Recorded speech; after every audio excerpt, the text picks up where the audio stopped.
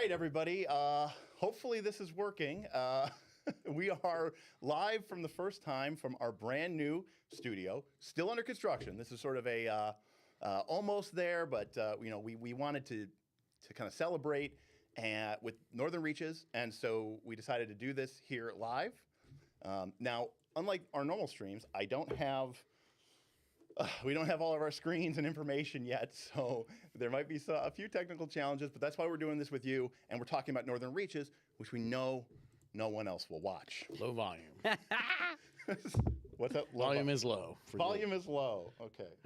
Bob, how do you sound? How do I sound? How do I sound? I don't know. How do you sound? I don't know. We can't actually hear how we sound. All right, Derik's leaving. Thank you. We hope you've enjoyed the Reaches, and see you in August 2020. All right, so Just verifying something on my phone to allow me access. louder than Derik, but still a little low. Bob and Aaron both sound louder than Derik, but still quiet. It's just Derik. He's too far away from the microphone. Hey, nice setup. Hey, thank you. All right, now I should have access. Yeah, this shot looks sweet, by the way. So. Yeah, I think so. All right. It is pre-made margarita because I'm lazy and I'm also bad at mixing drinks. All right, so now we should be really in business. Good. So hopefully everything's good. So again, my goal with all this is to sort of give back to the Patreon community. Give back to you guys. You all made this possible. Everything that you're seeing here is because of you guys and your incredible donations. Your Patreon. There's a big echo. I wonder if you're picking up on multiple mics. Also, today is a tech test, so it's also a tech test. Only in that view. Fixed echo is gone. Oh, thank God. Good now. I wonder if it was just when he was talking. Smith, echo only when we're zoomed in. Oh, there's an echo when you change scenes. Interesting. Yeah, echo when we switch cameras. Well, I guess we'll start drinking. He found it, everyone.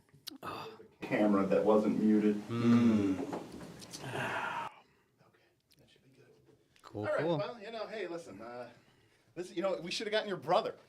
Oh yeah, he's probably doing nothing tonight. You should have got your brother to come in. Let's say Tuesday. He could have helped us. Yeah, he ain't doing it. Anyways, fun times had by all. So hopefully the echoes are done.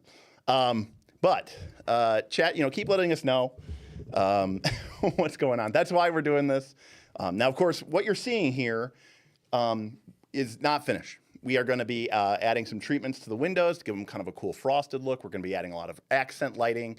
And of course, we're going to be adding some cool LED torches that I've built. If you watched, if you're a member of the Patreon, you might have seen me working on those. And then we're going to, do something with this table so it's not just, a big honking bare piece of wood. Bare piece of wood. But that's all pretty minor stuff. The technical challenges are mostly dealt with. We are, for our shows, going to be, these are for more of our podcast style. Yep. But we are going to be investing in a bunch of shotgun microphones that are going to be out of sight. And so then we're going to be able to take these off and get these out of here so that when we're playing Root or, Avatar Legends or 2D20 Dune or something, we don't have any of these things in the shot. But we do want to bring these back along with our headphones. Yes. For when we do like nightlives, because we want to be able to not only hear each other, hear potential, Zoom calls or guests, but also people might be able to just call in on audio. The soundboard I have here can actually take calls, so it's kind of cool. That'd be sweet. Yeah. So, can I just say, it's really awesome being back in the studio with you guys, in person shooting something. So, this is fun. I don't know. Being together is fun. Corny, but this is fun. Yeah, doing it over live and playing an AP. Sure. There's a little more people in the room this time around. There are more, but it's just we'd only get to do this usually on Fridays when we get to hang out. But now we're usually playing a game, so it is pretty cool to talk about something and actually. Important, I guess. I don't know. Yeah, I mean, is it important? We'll for me, we've been so busy. We've hardly been able to get together on Fridays. That's true. And so it's just been really nice for us to be able to hang out. And part of the reason we wanted to do, all this is because we wanted an excuse to be able to get back together and hang out and do this. And we always loved doing that. But, when we were here, it meant we were recording. If we were recording, it meant it was a very lengthy process in order to get the final product to you. Still never did get the last show out. No. We still have a taped show that has never been aired because just editing it is going to take me, half a day or more, and that's 4 or 5 hours that, quite frankly, I just don't have. That's not in the studio. Like we have this thing trying to really get done. Yeah, right, exactly. So we're going to talk about Northern Reaches tonight. Yeah. So, also too, by the way, let us know, this is a try run technical test. Thank you for being patient with us.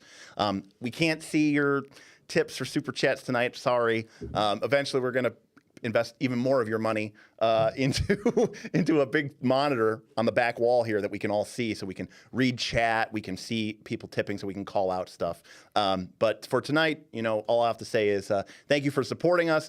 Thank you for supporting the studio. Thank you for supporting the channel. And thank you for supporting Northern Reaches. Yes. So for people who might be joining us, who don't know what Northern Reaches is, Aaron, why don't you kind of talk us through, because Aaron, you're the principal architect. Mastermind. Yeah, you were the overlord of Northern Reaches. So, what is Northern Reaches? Sure. So, Northern Reaches is a massively multiplayer Pathfinder online game. Right. Okay. So, Pathfinder 2 was the engine of choice where we would play this game, and this campaign existed in a persistent world where players and their game masters and the adventures they went on would actually change the world for other players who would play later. So one group might go and explore and, I don't know, get killed by a bunch of undead. And now we as overlords, Bob and I in particular, would go, oh, well, these undead are clearly quite powerful. Yeah, what does it mean? Yeah. Maybe the undead are rising now in the Broken Coast. And so now a new, what we call clock, would pop up where, if this clock filled up, the undead would get really rowdy and just cause problems for everyone.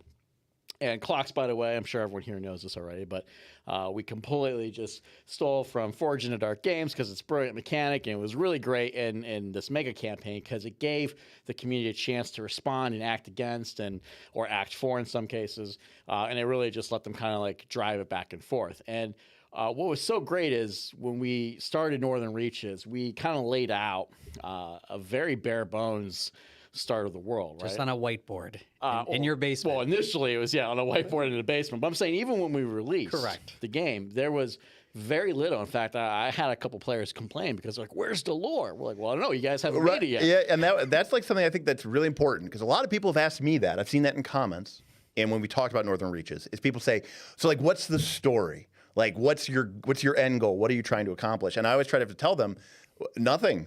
It's situations, not plots, right? It's obstacles, not stories, right? The stories are what all of our players did. And for example, this year someone goes, what's the lore? I'm like, where do we begin? Yeah. The lore. I mean, you want to know about the Civil War with the orcs? Do you want to know about the White Dragon? Do you want to know about the Branded? I mean, there's a lot to talk about. So now the lore is almost overwhelming, right? And what's exciting to me is this isn't just something you pick up in a Pathfinder book and read out loud, right? Oh, well, look at this great story that someone wrote. This is something that players made. They participated in. There was a session. It could not have been written, actually. I don't know if there's any way that we could have wrote what happened from the beginning, which we had to laid out the bare bones, to what the ending of the season was. Every player was like, wow, would never have saw that coming. You know what I mean?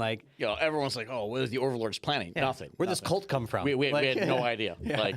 Right. And I think that, it pretty much sums up the idea, the experience was, let's create a persistent environment.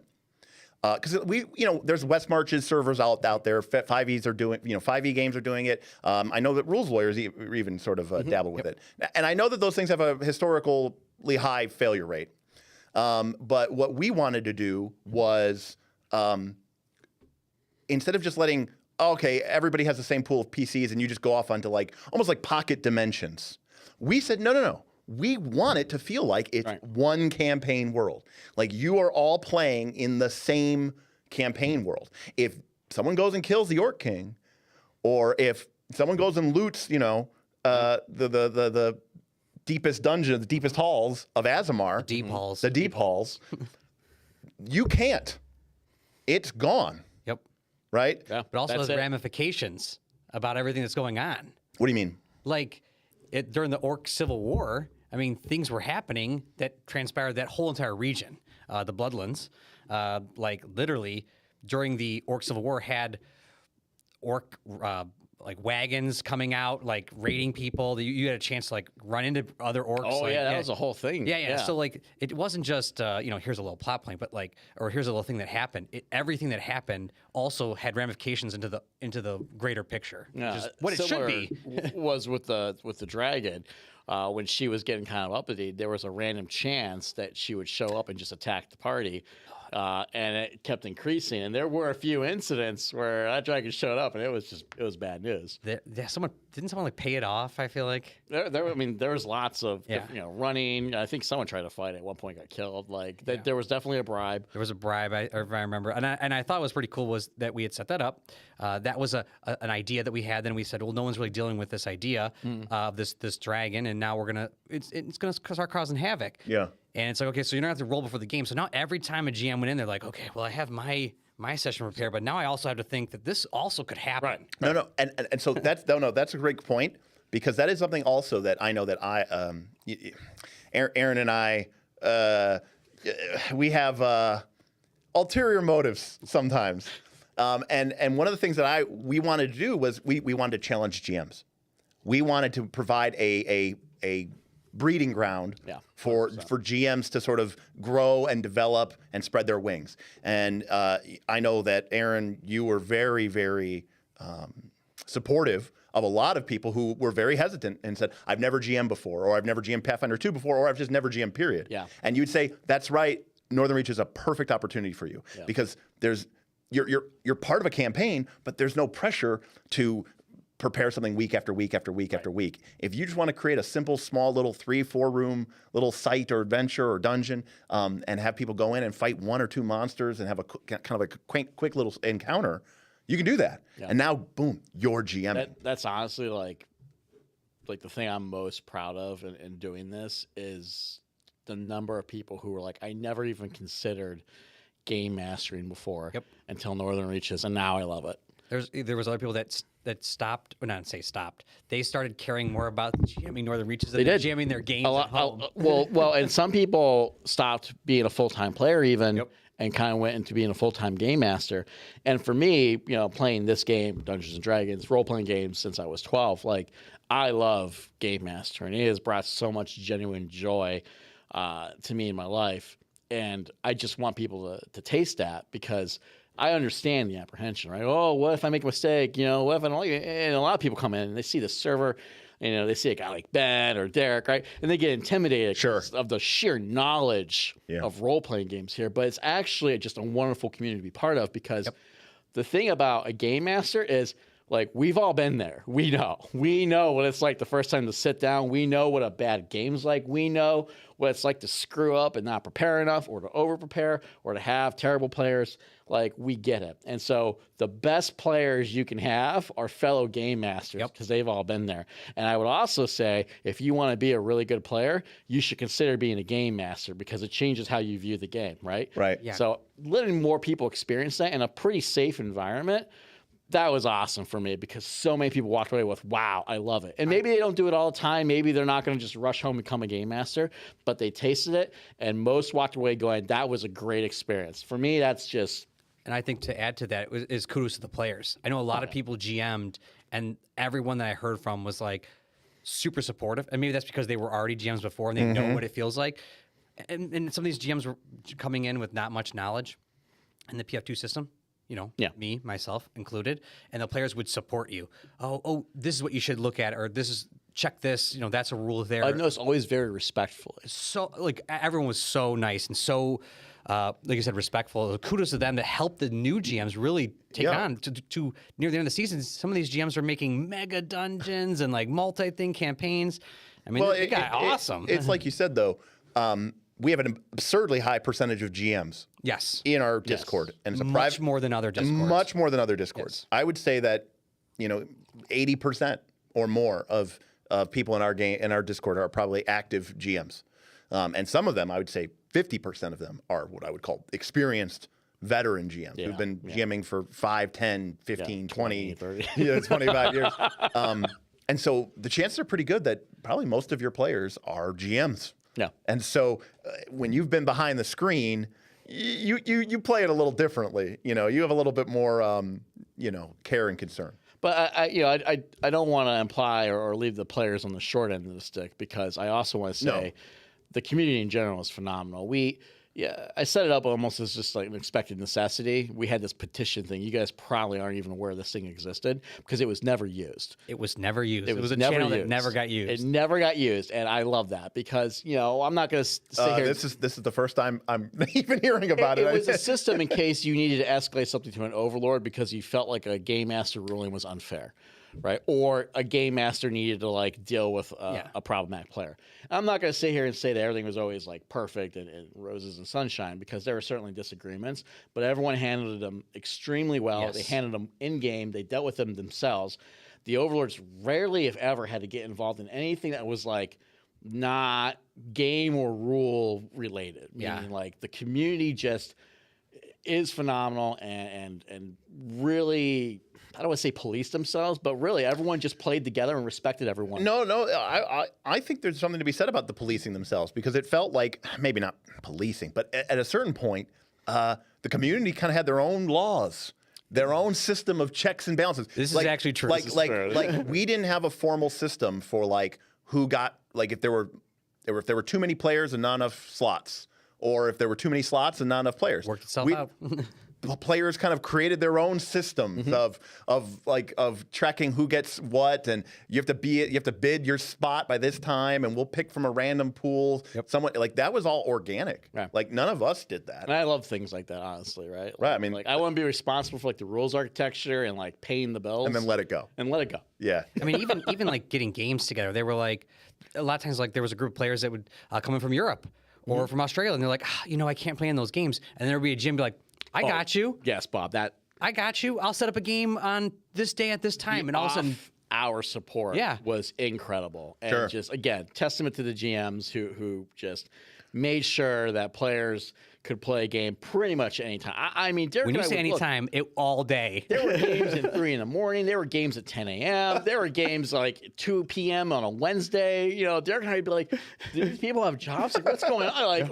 No, they're just in Europe or they're just in different Australia. times, yeah, exactly. They're cranking it out. But I would always see a GM be like, "Oh, you need a game? Then yeah, sure, I'll run a game. That's fine. Yeah. So I'll get up 3 o'clock in the morning." That is something else too, which I think is really interesting. I thought the GMs would sort of be setting the tone, with the game schedule. The GMs would be the ones sort of saying, well, I'm Saturday, I've got some free time, 5 p.m. it was by both. It was, but yeah. man, so often you would see a GM be like, they'd hear a bunch of players saying they wanted a game, and it would be 10 in the morning. They'd be like, give me 5 hours. I'll be good to go. Yep. And then they would just go. And those GMs, you know who you are. Exactly. So Bob, speaking of the GMs, so Yes. So for today, we wanted to sort of call out not just our GMs and not just our players, but the whole community. And we want to talk a little bit about Northern Reaches Season 1. And for people who were not a participant of it, the whole idea of Northern Reaches is it's a persistent world, but we have seasons. Just like a ladder season in Path of Exile or Diablo 2 or whatever, it means that people come in at the beginning of the season, which usually is in the spring, and we play right up until around the first snows of November, right around Thanksgiving, inspired by our love of the game Mouse Guard and the winter phase in that game. But it's also a great time for reflection. A lot of people are traveling on the holidays anyways. And what we really want to have is a 7-8 month campaign that is really intense, lets people play, gains levels, and then ends. And then we'll start a new season, which is going to be coming up here shortly, where everybody kind of starts off again, all the way back at the beginning. It's a fresh start.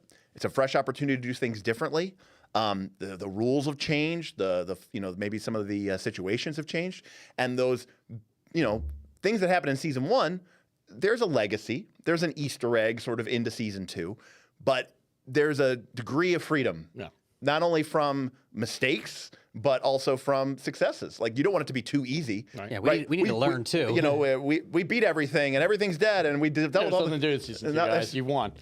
It's slice of life role playing. Everybody could just, you know, cook and hang out at the For the three of you in chat who just got really excited, we're kind of tongue in cheek here. So at the Night of Last Call Tavern. There in Northport. Yep.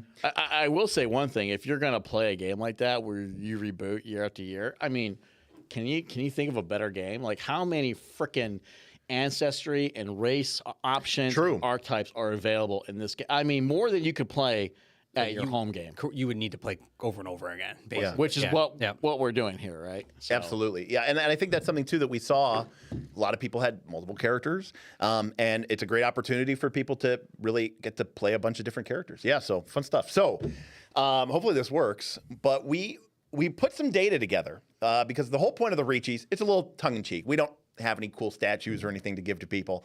But we do want to call out. typical. We do want to call out. Yeah, that's what I Well, need to and be there'll be doing. more of the calls than just Help us probably buy what we gold have here, but statues yeah. for Thin Wizzy. Yeah. We do want to kind of give some fun insights into just fun information that came out of our campaign. Yeah, so people that didn't know, after every game, the GM and the players would have to create an after-action report. And they would give me all this data, and I would log it all season. And I've done a better job for season 2. But for season 1, I tried to do as best I could, grab all the data I could, and just keep track of everything. People actually liked it. They felt like it was a video game. But they liked seeing the progress that people were making, the things that were happening. And because we took all the data, we then can produce these Reachies, these awards that we're talking about. So we can see who was the highest this or the highest that or most this. And so we did, like you said, we did put a couple of slides together to showcase some of the statistics. But if anybody has any specific ones, we can obviously go into that in the chat. I got the Excel sheet, so we can go deep if we really need to. All right, sounds good. Do we have, for starters, before we get started, stats? Like how many players did we have? We had 98 individual players. players, Right, so not 98 PCs. real human PCs, Yes. or real human people. Throughout the total. That's from the beginning to the end. Okay. So at the end there was not 98 people. Right, because we some people left. didn't have 98 concurrently. Correct. But we had 98 unique turnstile Yeah. was Yes. 98 throughout the campaign. 98 different players. Yeah. 179 different PCs. 179 different PCs. Yes. Right. So there were 180. And by the way, to count as a PC, they had to have gone on at least one adventure. Correct. Is that correct? Yes. Yes. Because Yes. otherwise they're not Otherwise, logged. we don't log it. Otherwise we don't log it. So that's I don't have any data for someone that didn't play. and we get it. Some people played every week or several times a week. Other people played once a month. Some people played a lot and then they dropped off because life got busy. Yep. Some people only played a couple times. We tried to make sure that there was things for everybody to do. Our GMs were very understanding about that, and there is some stuff for season 2 that we're going to be sort of doing to make that even easier and more available for people who just kind of want to casually play. But that's a lot of PCs, and there's a lot of games. So, Yeah. so I logged a lot of Kudos data. to Bob. First Reachie. Kudos to Bob for logging on that. Because I got to tell you, by about May, I was done with that. I was so done. I was so done with the. Do you want to know how many games got ran? Sure. Do you want to take a guess? Okay, let me guess about this. 20, 30 times 150? Not even close. Like cold? 100? Like 255 games. 255 games. So almost double what I said. Yeah. Yes. 255 games. Yep. And we ran for just about 6 months. Yep. Yeah. So that's 24 weeks, give or take. What 26 was the weeks. average hour per game? So that's an average of 10 games a week. The average hour per game. Or do you know if No, I do. how many were delves or dungeons? 812 hours total. So 812 making divided Bob do by math now. 255.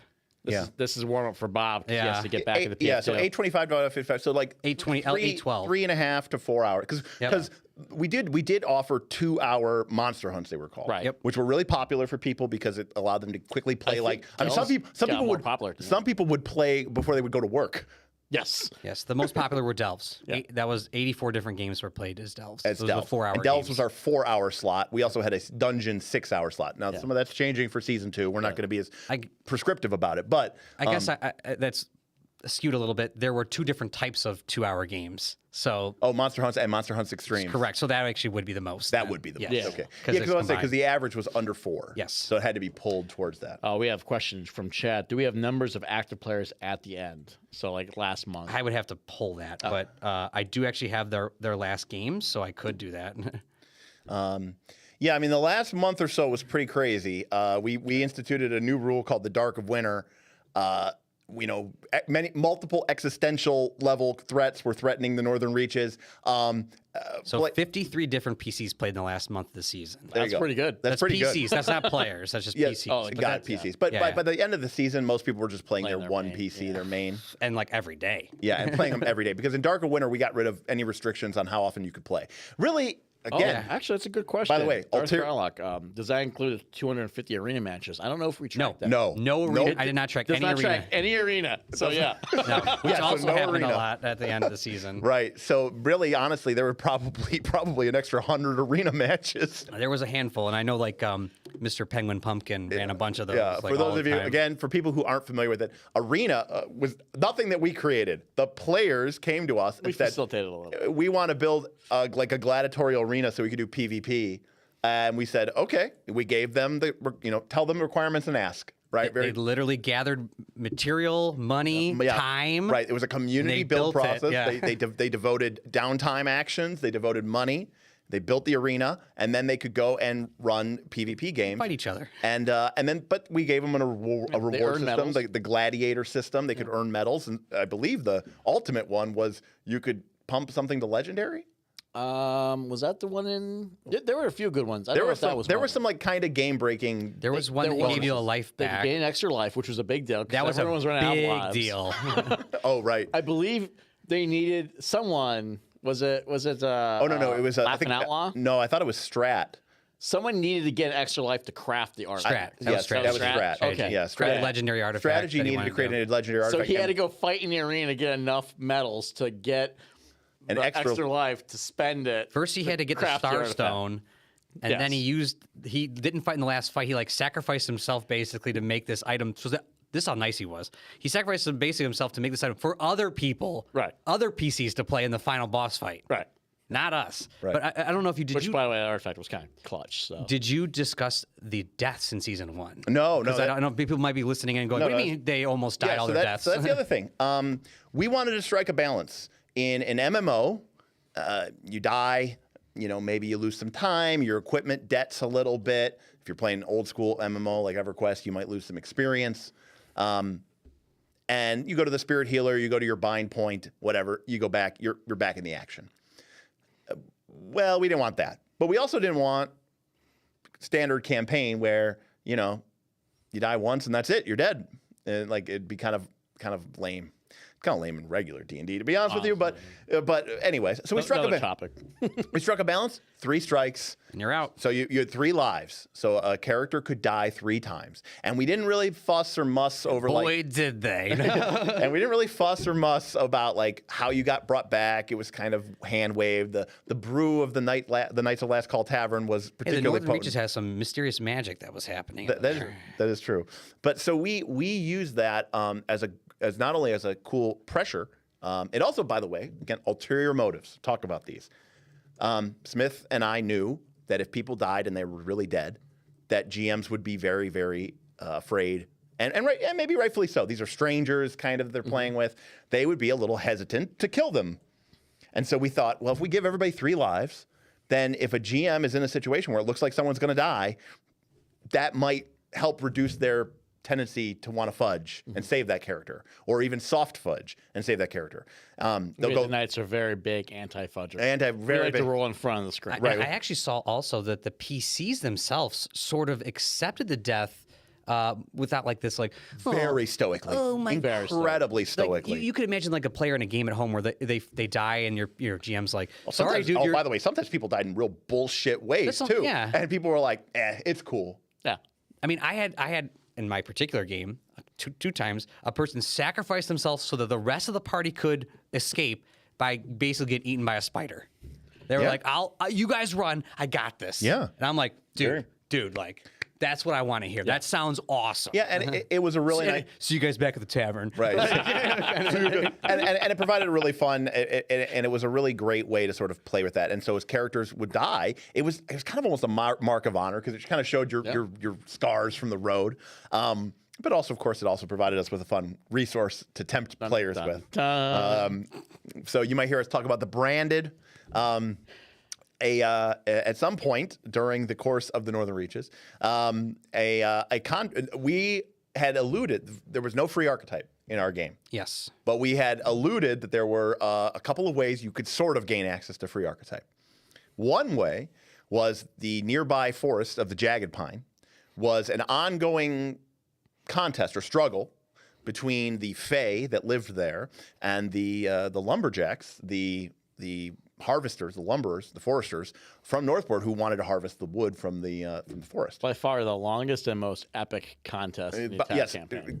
When you say that, you think that it just ended really quickly. No, it lasted for months and months and months. The rise of gods and Kingdoms dragons. rise and fell. Yeah, but lumberjacks v Fae was forever, and to the point where I would say the closest we ever got to having to like step in and maybe like put some people on timeout came from in-game, or not in-game, but like in-channel, but kind of in-character chats between people debating the moral rights of the Fae to live in the forest, whereas other people were like, we have to live. We have a responsibility to our community. Yeah, if the lumberjacks won, they got to level up the city, which could unlock a more big deal, items and stuff to buy. Yeah. But then they could have got the archetype. But if the Fae won, then everyone would gain access to the Druid free archetype. Yep. But what about unrestricted free archetype? Well, that wasn't an option until a contract devil appeared and offered you the opportunity for free archetype. You could take it.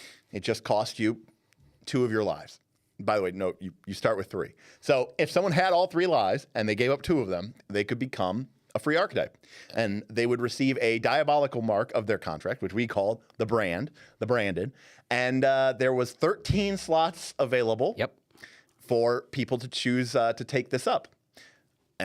We had one particular GM that was literally marketing that throughout Northport. Like, hey, I see get branded. Anybody? Yeah, you guys want to get branded? I'll run a game out there. You know. And to be clear, it's because this person, You want to know what was going to happen? they wanted to know. They're like, well, there's 13. What happens if all 13 get used up? They just wanted to stir the pot. They just wanted to know what was going to happen. And so they did. And what did happen? Well, they used the souls of those 13 energy to open up a planar portal, and hell invaded the Northern To be region. clear, it was like while this was happening, meanwhile in Overlord's secret channel, we were like, so what's going to happen? It's great. What's going to happen? Because we don't need to have the solution right away. We need to see if it's going to unfold. No, we just throw a problem out there, and they were like, oh, okay, well, how are they going to handle it? they threw it back. Yeah. Right. And that led to sort of our end game zone, if you will, the desolation. Actually, what's funny too, just a side point, Vlax is the guy that was the GM that was really pushing for the brand. Margarita's good. He was also Want some more? Yeah. He was one of the ones that GM'd a little bit on the side with his group at home, and then loved GMing for Northern Reaches.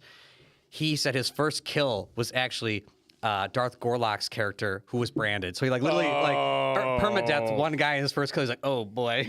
You mean wait? He never killed anybody in Northern Reaches? Yes, Okay, it was his first time getting a kill, and he killed a person that was Killed a branded. branded. Like his first kill. So that was pretty good. That's fantastic. That was excellent. Yeah. Love it. So Bob, I've got. You let me know. We can go to the first slide. It's up. Yeah, it's up to you. I can also bring it up too, so I can see it. There we go. Make sure you guys check me. It should appear here. Yeah, you're good. Class with highest gold. Actually, that's the wrong slide. That's the wrong slide. All right. I'll probably take a second. What's the first slide? It should be top XP per player. I think it's one more. One more. Yep, you're good. All right, there we go. All right, so what we're looking at here, Bob, I don't know if you actually know because I can't see. I know you. I'm actually you going to guys- close my laptop because I'm running out of power. So, Bob, Okay. you have to drive this. Oh boy, this is when the stream channel dies. Also, keep an eye on chat. Oh my gosh. And thank you, Anthea, for your super chat. He is all about no fudging and killing more PCs in season 2. That's great. Also, by the way, shout out to Enthio. I actually have your Band of Blades book here today, and there is a good chance I will remember to have everybody that everybody sign it so that we can send it out You to want you. Smith to sign it after the margarita or before the margarita? Definitely after the margarita. Literally one bottle of margarita is not enough. All right, so I'm back on the slideshow. All right, Bob, All right, what so are we looking at? Basically, we just took the top. Again, a lot of PCs. A lot of people were playing this thing. But, you know, throughout the season, I would drop in the top 10 to let people know what was going on. You promoted. You did. You kind of stirred the pot. I'm a hype man. I'm a hype man. Yeah, you're a hype man. I'm a hype You were man. definitely always trying to tell people who was number one, who was yeah. number two. Whenever you would update your stats, you would always let the players know. 100%. Well, and they started demanding it. Bob, what's the top 10? Drop it, Bob. People would be like, "Oh, I'm 7." Oh, and they wouldn't see their name. They wouldn't wonder where they were at. I'm like, you're not outside looking in. Like, you gotta step your game up. So a lot of people really wanted to.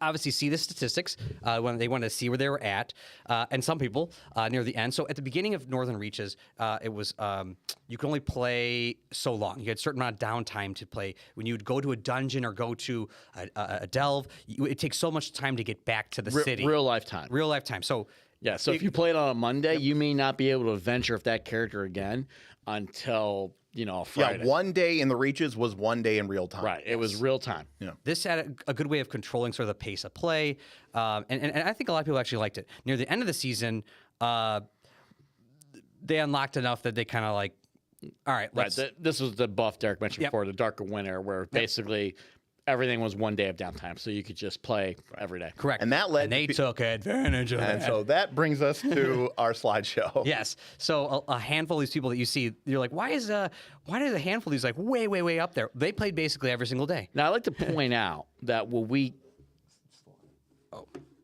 we started this campaign, we were like, probably the highest we'll see is 10, maybe 11. Most people cap out 8 or 9. We planned for 10 would be like outrageous. 10 would be outrageous. Yep. 10 would be like, you played at least every week, and who would even do that? Yeah. What kind of? This is the problem when you have like 40-year-old men designing your campaign. Right, we're all like, there's no. We knew there was not going to be a hard cap. I said there was no hard we cap. switched it off. Okay. Yeah, I said soft cap. Yep. Right, Yeah. like my mind, 10 would be where like the structure of the campaign Just would. there wouldn't be adventures for you to go adventure on, Right. And you wouldn't have enough PCs that were also your level And- to have a party to go adventure with. There were points where that actually did happen, and I think it was Thin Wizzy. Correct me if I'm wrong, Bob. Like Thin Wizzy was grinding things so far below his level, but he would just keep doing it. I don't know if Thin Wizzy was the one that was doing that. Was it him? Who was it? Because we had some people. Well, Bob, here. There was a handful of people Why don't we who talk about tried the? that. Why don't we talk about the Sorry, chart, Bob? you take it, Bob. All right, Bob. So I got Bob. excited. So for the Reachie, Yes. most XP. They can see it on stream. You guys know this, but it was look at it. awesome with his character Spyro. Spyro, who was a sorcerer. Yep. Yeah, which is amazing that I knew that. Actually, the only reason I know that Why is do you know that? because he killed Triune. He did. Some of these guys at the last were at the end at the final campaign ending, season ending fight. Which you could see on the channel if you haven't. Yeah. By the way, watched to be clear, to be clear, the campaign that I envisioned was a sort of very old, almost sword and sorcery, kind of low magic, kind of rough, a little old school, a little bit kind of grim and gritty in a frontier land that was, this isn't the highways and byways and printing presses and trolls and top hats of Absalom. This is a rough and tumble zone. I very much envisioned if mainland Garund or whatever the name of Avastar or whatever, the continents in Galarian, I envision this as that's Europe. I envision this as like North America when like Jamestown, right? Like the settlements had just, maybe men lived here, but long ago. And any, recollection of their society had been destroyed. It was for a bit. So I had this envision of like a very almost kind of grim and gritty world. It ended fighting a god on a flying rock in space. So that just tells you where space I like Final was. Fantasy. But yeah, I mean, it might have well been space, Bob. they had to figure out how to get to the rock. It was as close to space as I can make it without literally calling it space. If Pathfinder 2 had more generous flying rules, it would have been in space. Oh yeah. The art for it was space. I'm pretty sure a Scion was trying to either balloon his way up or tree his, like he was using feather tokens to like get all the way up to the All rock. right, Bob. I'm going to bring this. So You can bring it back up. Yeah. So number one. Yeah, number one again. Awesome with this character Spyro was number one. Again, big shouts to Asayan, Zool, Jose, it was Jace, Laughing Outlaw, Thin Wizzy, Vlax, Pumpkin, Low Class Strike, Frosty, Yellow Pete, Reverse Slalom, Strategy, and Corruption all up there. Now, I will say that some people like Strategy might have been a little higher if he wasn't GMing every dang game instead of playing. Like some of these people were playing every game. So, Well, at the same time, thank you for GM. Oh yeah. And actually, that's impressive that he was that high, but he did have a little bit of help from some of the GMing rules. yeah. And so I mean, before we go to the next Feather slide. token balloon. That's what he was trying to do. Okay. Before we go to the next slide. So again, big shout out to our boy Spyro. For somehow managing that, I think You Spyro, get the first Reachie. In fact, I think if I recall correctly, Awesome said that if it weren't for the cap of 20, they would have hit 21 or 22. Yeah, two or three people are 21. Yeah, they would have been 21. That's fucking awesome. Yeah, there was a handful of people that broke 20,000 XP. Oh, that's so good. 21,000. Yeah, 21,000. Yeah. Yep. So that's something about experience, right? One of the things that we really want to do, we're GMs, at least Aaron and I are. And Bob is in his best. dabble. I like to say Bob I dabbled. came an incredibly long way. His dungeons in Northern Reaches were great. Oh, in fact, one of Bob's earlier dungeons, I think, really set the set the I standard. got the first kill in Northern Reaches. This is true. But we're very cognizant of our GMs, and 20. They got the level 22. and for people who aren't familiar with our Patreon, we have systems in place to award people for running games. You heard me mention that somebody's getting a signed copy of a book.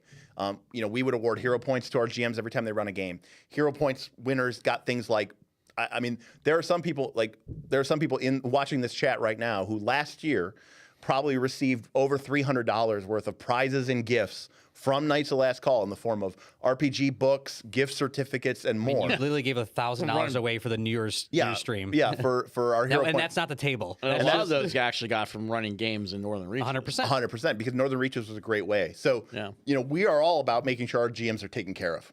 Because without GMs, the games just do not happen. Right, literally. Literally. We're not going to run all those games. We need to keep people interested. So not only did GMs get rewarded financially, but we also allowed GMs to run games and kind of earn some XP for their characters, because we didn't want them to necessarily have to completely fall behind just because they were running games. So, but I think Spyro was mostly a player. Is that right? Yes, but I think I was thinking Asayan. Asayan was the one that dabbled in both Got it. a lot. Yeah. But Awesome was he was Yeah, not Sign a ran GM a at lot all. of monster hunts, right? Or delves? I don't know. A lot of monster hunts. Monster hunts, yeah. Yep. Okay. Asayan was the one that would play, and if you're listening, he would play and then GM and then play the next day. He was grinding. Like when he was on cooldown, he would just go. He would just go. Just He would GM while he was on cooldown. That's so. Oh yeah, he was. All right. Intense. So what do we got next, Bob? Well, let's take a gander. We got estimated hours per player. So. And just check that the stream advanced. Let me double check that. Again, when we have the TV up here, guys, you're going to love it, or we're going to love it. Yeah. We will be able to see exactly what you see on TV. All right. So what are we looking at, Bob? We're looking at some kind of crazy a graph here, a little line graph. It's jumping all over the place, and you wonder, what am I looking at? Well, this is the amount of time a player, not a PC, but a player put into this game. So you're like, some of these people at the end were playing NR, Northern Reaches, almost every day.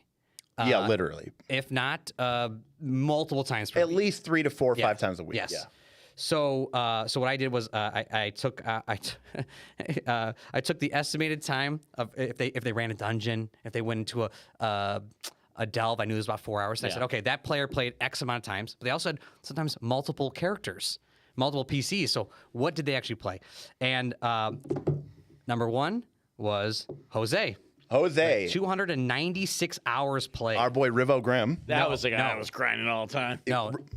No, that's the different guy. Jose is Jace. Oh, Jace. Yeah, Oh, Jace. his real name is Jose. I always call him Jose. Sorry. You call him Jace. Oh, Yeah. there's another.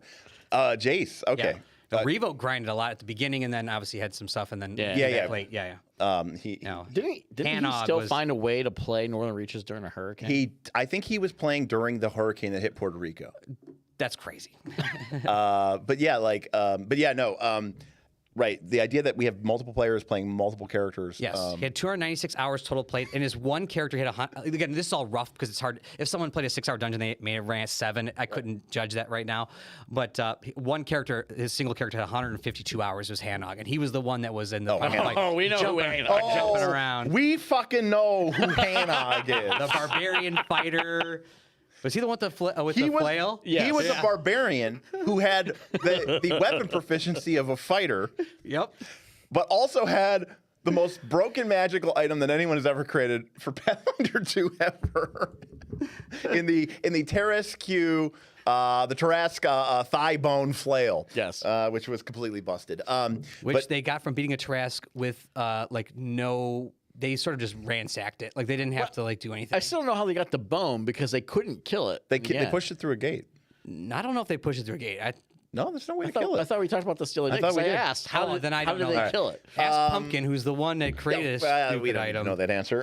Yeah, knowing him, he probably just fell over and exploded in loot. We're Tarrasque by the pinata. way, Josh always thinks that we actually are mad at him for doing that stuff. Nobody cares. Kind of mad. Nobody Not really. cares. I mean, I don't care. No, I definitely don't care. My goal was to have Triune die in under 4 hours. You guys did it in 3.5. Yep. Well done. That's true. We got our time back, which was great. It was a Saturday too. It was a Saturday, right? I had things to do. Yeah, you guys are A-OK. Champions of Northport, A-OK in Derik's book. Yeah, Austin's saying here that they pushed it through a gate. So Okay, Yeah. they're saying they pushed it through a gate. Yep. But to that point, it really shows the dedication. 300 hours is if you were playing a 6-hour a week session. We're lucky if we can get 4. Yeah. I'm talking about the old school. Yeah. 7 to 1 a.m. 7 p.m. to 1 a.m. 7 p.m. to 2 a.m. You're talking about a 6-hour session every week for a year to get to 300 hours played.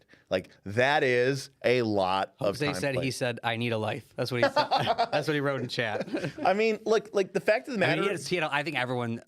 I think Jose had a lot of fun playing it. I think everyone loved him in there. Yeah, it was fun, and and again, it's like Pathfinder Society or like D&D Adventure League, but with this community of people you actually like. Well, it's really and great. that's the key thing, right?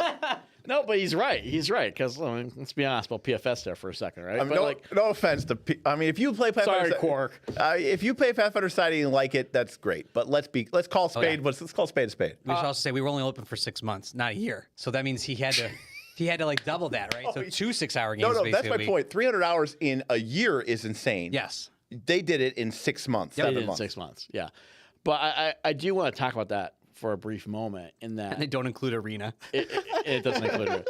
It was so awesome seeing people play this, and at the end, I saw a lot of comments during the winter phase when everyone's reflecting, just talking about how they made so many genuine friendships in this campaign and on the Discord. People play all with each other all the time now. I know, and I love that because that's awesome. Because what are we trying to do here, right? Actually, can I interrupt you for 1 second? Something that I think is really awesome. We've had people join our community, not Northern Reaches, just Pathfinder 2. Interested, came in, learned about a bunch of other games because it turns out there's more games than just Pathfinder 2, and we really, really like all of them. And they left the community. Sometimes, people join and they don't have the money, or sometimes, whatever. They're not using the Patreon. That's fine. Mm-hmm. But a lot of these people have come to me and said, yeah, but I still play in games with people I met on the Knights of Last Call Patreon. I love that. And I'm like, awesome. That person came in, they might have given us $200. I am fine with them. They are one of my friends for life. Yeah. Right? Because they've given us so much more money. And they made friends for life. And right. And then how awesome is that? And that's great. But you know what? The fact that they are able to take that and build their RPG kind of family or their community. And that's what you wanted from this channel to be. It's what I wanted. Exactly. And that's exactly right, Bob. Exactly. That's exactly right. All right. So I'm super excited. This is a good point from Austin here. Frosty had never played, I think, PF2. And he says he's never played an RPG, but and he went all the way. He went all the way. All the way. Now, I know Frosty was new when he started. Yes. New. Yes. He was a little bit of a lowbie in the Triune fight, if I recall. Correct. I mean, by that I mean only 17th or 18th level. Right. Only about 8 levels higher than the cap. Only 8 levels higher than what the intended cap was. He was level 17. Okay, 17. Okay, so 7. Again, crazy that I knew that. Yes. I remember his prismatic wall very well. It was actually proved very useful for the 1 Starstone Striker. He was smart. He played well. He knew his limits. He would play. Well, that's the thing. He played like a guy who knew that he was the little scramp. That's right. You know. Yeah. And he used his spells in that encounter. Or that battle, I should say, to the best of his ability, to the biggest impact, because it's Pathfinder 2. Numbers matter, math gonna math. So he tried to use his spells in the best way that kind of got around that. That wall sucked. I remember that. Yeah, no, I remember it was Let me just also shout out to Frosty very... here because he played in a lot of my games. He loved playing in my games and giving me critique, and he's very honest. He was in the military overseas in Germany. Yeah. He would wake up at 3, 4 a.m., join my game, which is my time here, like I was playing at night, and he would play in my game and then go to work afterward. Yeah. Like, that's crazy. He would wake up, play a 4-hour game, then go to work. I'm like, that's dedication. Like, so, yeah, that was awesome from Frosty. Yeah, awesome. So, yeah, you guys put in a ton of hours, and thank you. Yeah, I brought the slide back up. Yep. So, yeah, cheers to you guys. And I guess we'll move on to the slide number 3. Slide 3 is more of a general slide, which is I kept track of everything, and I mean I would hound people that played. No, I would audit them. I would check keep in check with their XP, so people weren't too worried that people were getting out of hand. But I'd also try to keep track of their gold. And so we just had a fun little graph here. It says what was the class with the highest gold, and it was Sorcerer, and I'm sure that was because of Awesome himself being so high, and then Barbarian with Hannah. Now, is this like liquid gold or just total treasure worth, value? Total worth. That's all I could really track because that was on their that'd be on their PF2. Well, what's the value of a Tarask Thighbone bow? I mean, hopefully they made it at least like a level 20 item, at least minimum. I hope. That's probably level 4. Yeah, no, I mean, there were a lot of cool treasures that were rewarded in Northern Reaches. Things got a little out of control sometimes. Yeah. Oh, just to be very clear, the hours here, this is like based on played session. So you know how like a delve is worth 4, dungeon's worth 6. Yeah, the prep time that the game masters put in. No, we don't have any way of tracking that. But we know it's absurd. Sorry, I was responding to Chat. No, that's quite all right. Chat deserves to be responded to. The Great and Mighty Flame Gut was also a sorcerer. Frosty was also a sorcerer with Lazarus. Yeah, so a lot of there was and that makes sense. Sorcerers are powerful. The Knights of Last Call community, the Knights of Last Call patrons, they're no slouches, right? They know how the game works. They know the sorcerers are S tier. Yep. They know that the sorcerer is hands down the best caster in the game. Comment, class with the lowest gold, inventor, because there were none. We could talk about that. There were zero do we have a slide on total number of classes? Total number? I don't know if there's a slide, but I have the data. Do you have the data? Yep. Because I thought it was really interesting because I remember when we were doing the class ranking. 0 inventors. When we were doing the class ranking, someone asked me, how does our ranking of the classes that we gave in our all classes rank compared to the Northern Reaches? And I think at the time we kind of jury rigged some data together. There's some discrepancies. And I remember being that there were some discrepancies. Now, Ranger was the big one. Ranger was the big outlier because we ranked Ranger low C in our class ranking. I can almost forgive Ranger and Northern Reaches given that it's the wilderness. That's true. And I think also people knew that a lot of these people were running these monster hunts or these open area adventures, and they were like, "I'm just gonna sit back." I'm looking at you, as Scion. He like never died. He would just sit back and. Was Freya a ranger? That's a Scion. Oh, okay. Yeah. That's his character. And Derik and I were preaching big maps, big maps. Well, that's true. We did say big maps. So big the maps. AP, or the power level of a ranger did kind of. Ranged weapons were never. In Pathfinder 2 history, and I know it's only been 4 years. There's more rangers than sorcerers. There are more rangers than sorcerers. Fighters number 1. Okay, yeah. So what do we got, Bob? Fighters number 1 with 21. Hold on, let me zoom in on you. Now, correct me if I'm wrong, Bob. Fighters may have been number 1 in amount. Yes. But did fighters cap? Did any fighters reach the max? Yeah. I didn't think there was a fighter higher than like 15. In fact, actually, in the final party that went to fight Triune, 16 reverse slalom. Yeah. Reverse slalom was 16. Yeah. In fact, actually, Gareth. I remember that reverse slalom was kind of sad that he was like so near the cutoff, but he didn't quite make it. He understood that he couldn't do it, but I remember that. But it is saying something that the final 9, I think it was 9 that went up against Triune. I mean, yeah, we had like a motley crew. I mean, there was like 2 gunslingers in there. Yeah. All right, Bob. That 6-barrel ridiculous weapon. Bob, so fighters number 1 with 21. Now this is the number of PCs that were active.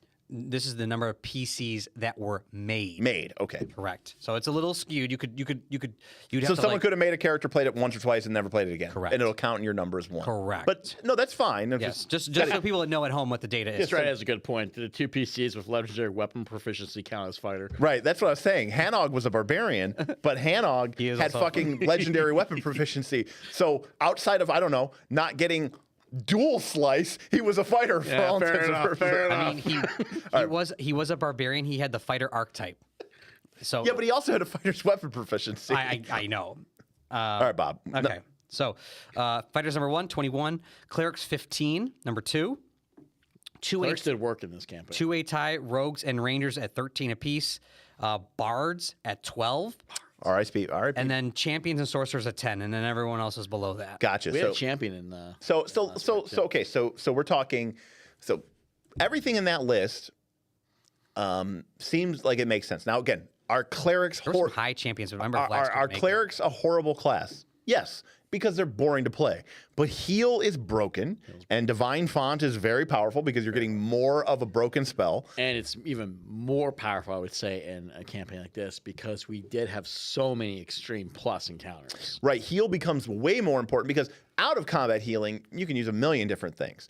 But when you need healed in combat, nothing, and I mean nothing, is better than a nice max level heal. Yeah. Single, two action. Yeah.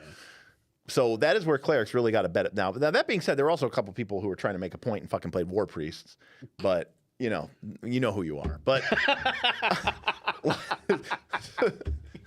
but you know what? War priests cast heal just as good as anybody else, Well, in their defense, the campaign was supposed to cap out around 10th level. which would have been perfect for war priests. Exactly. That was your whole thought behind Joran. Yeah, exactly. And also just to know, remember, Gunslinger didn't even come into play till about four Right, months into the that's season. so crazy. And there was Yeah. 9 of them.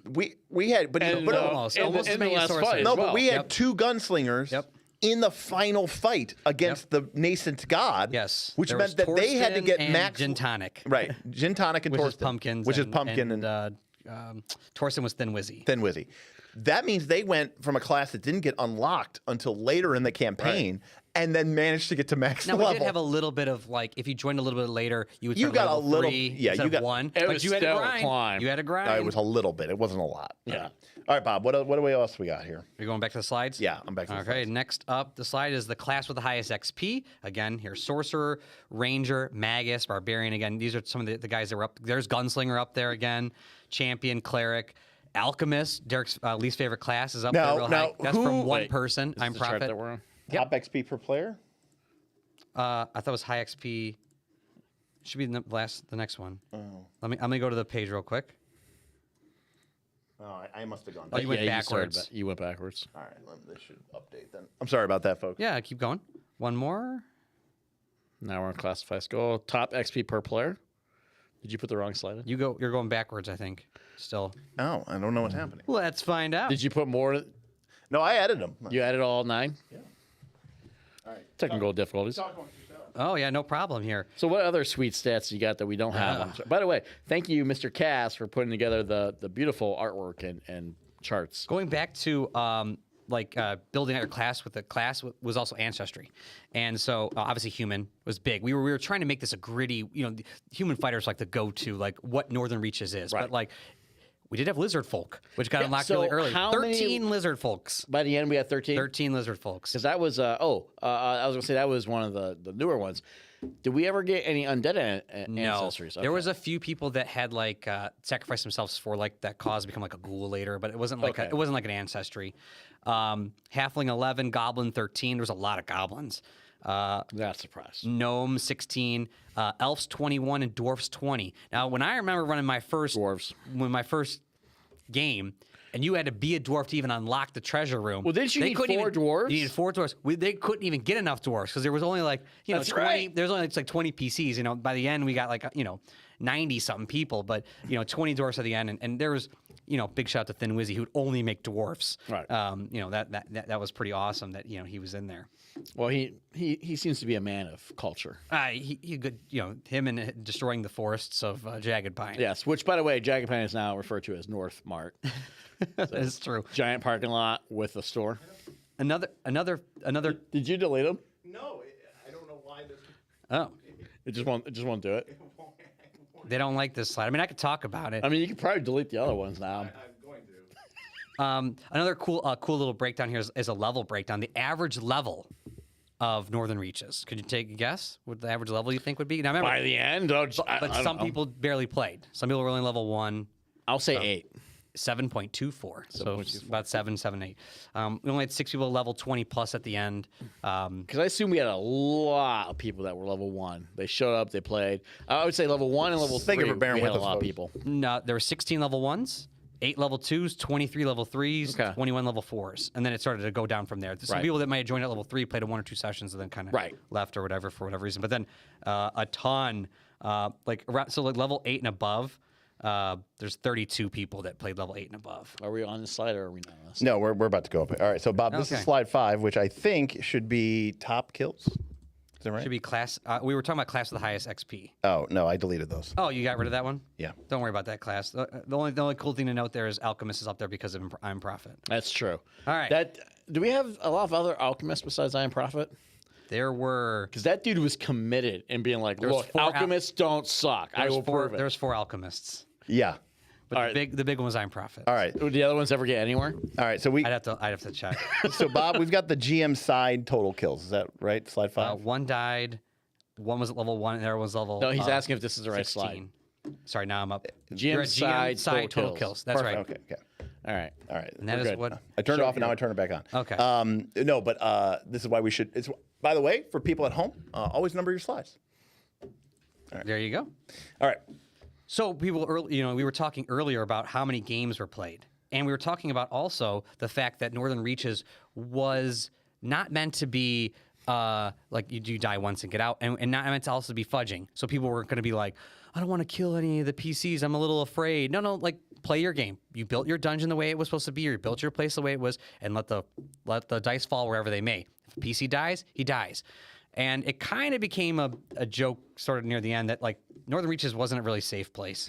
You know what's interesting about this? I don't know how to feel about this because I certainly wanted some deaths, and I would 255 games, 103 deaths. That I means would that- definitely make fun of people who are running Monster Hunt Extremes, which is a 50-50 shot, and we had that early on. Like we're talking like level 1 through 4. Like we'd have a whole bunch of MHEs being played.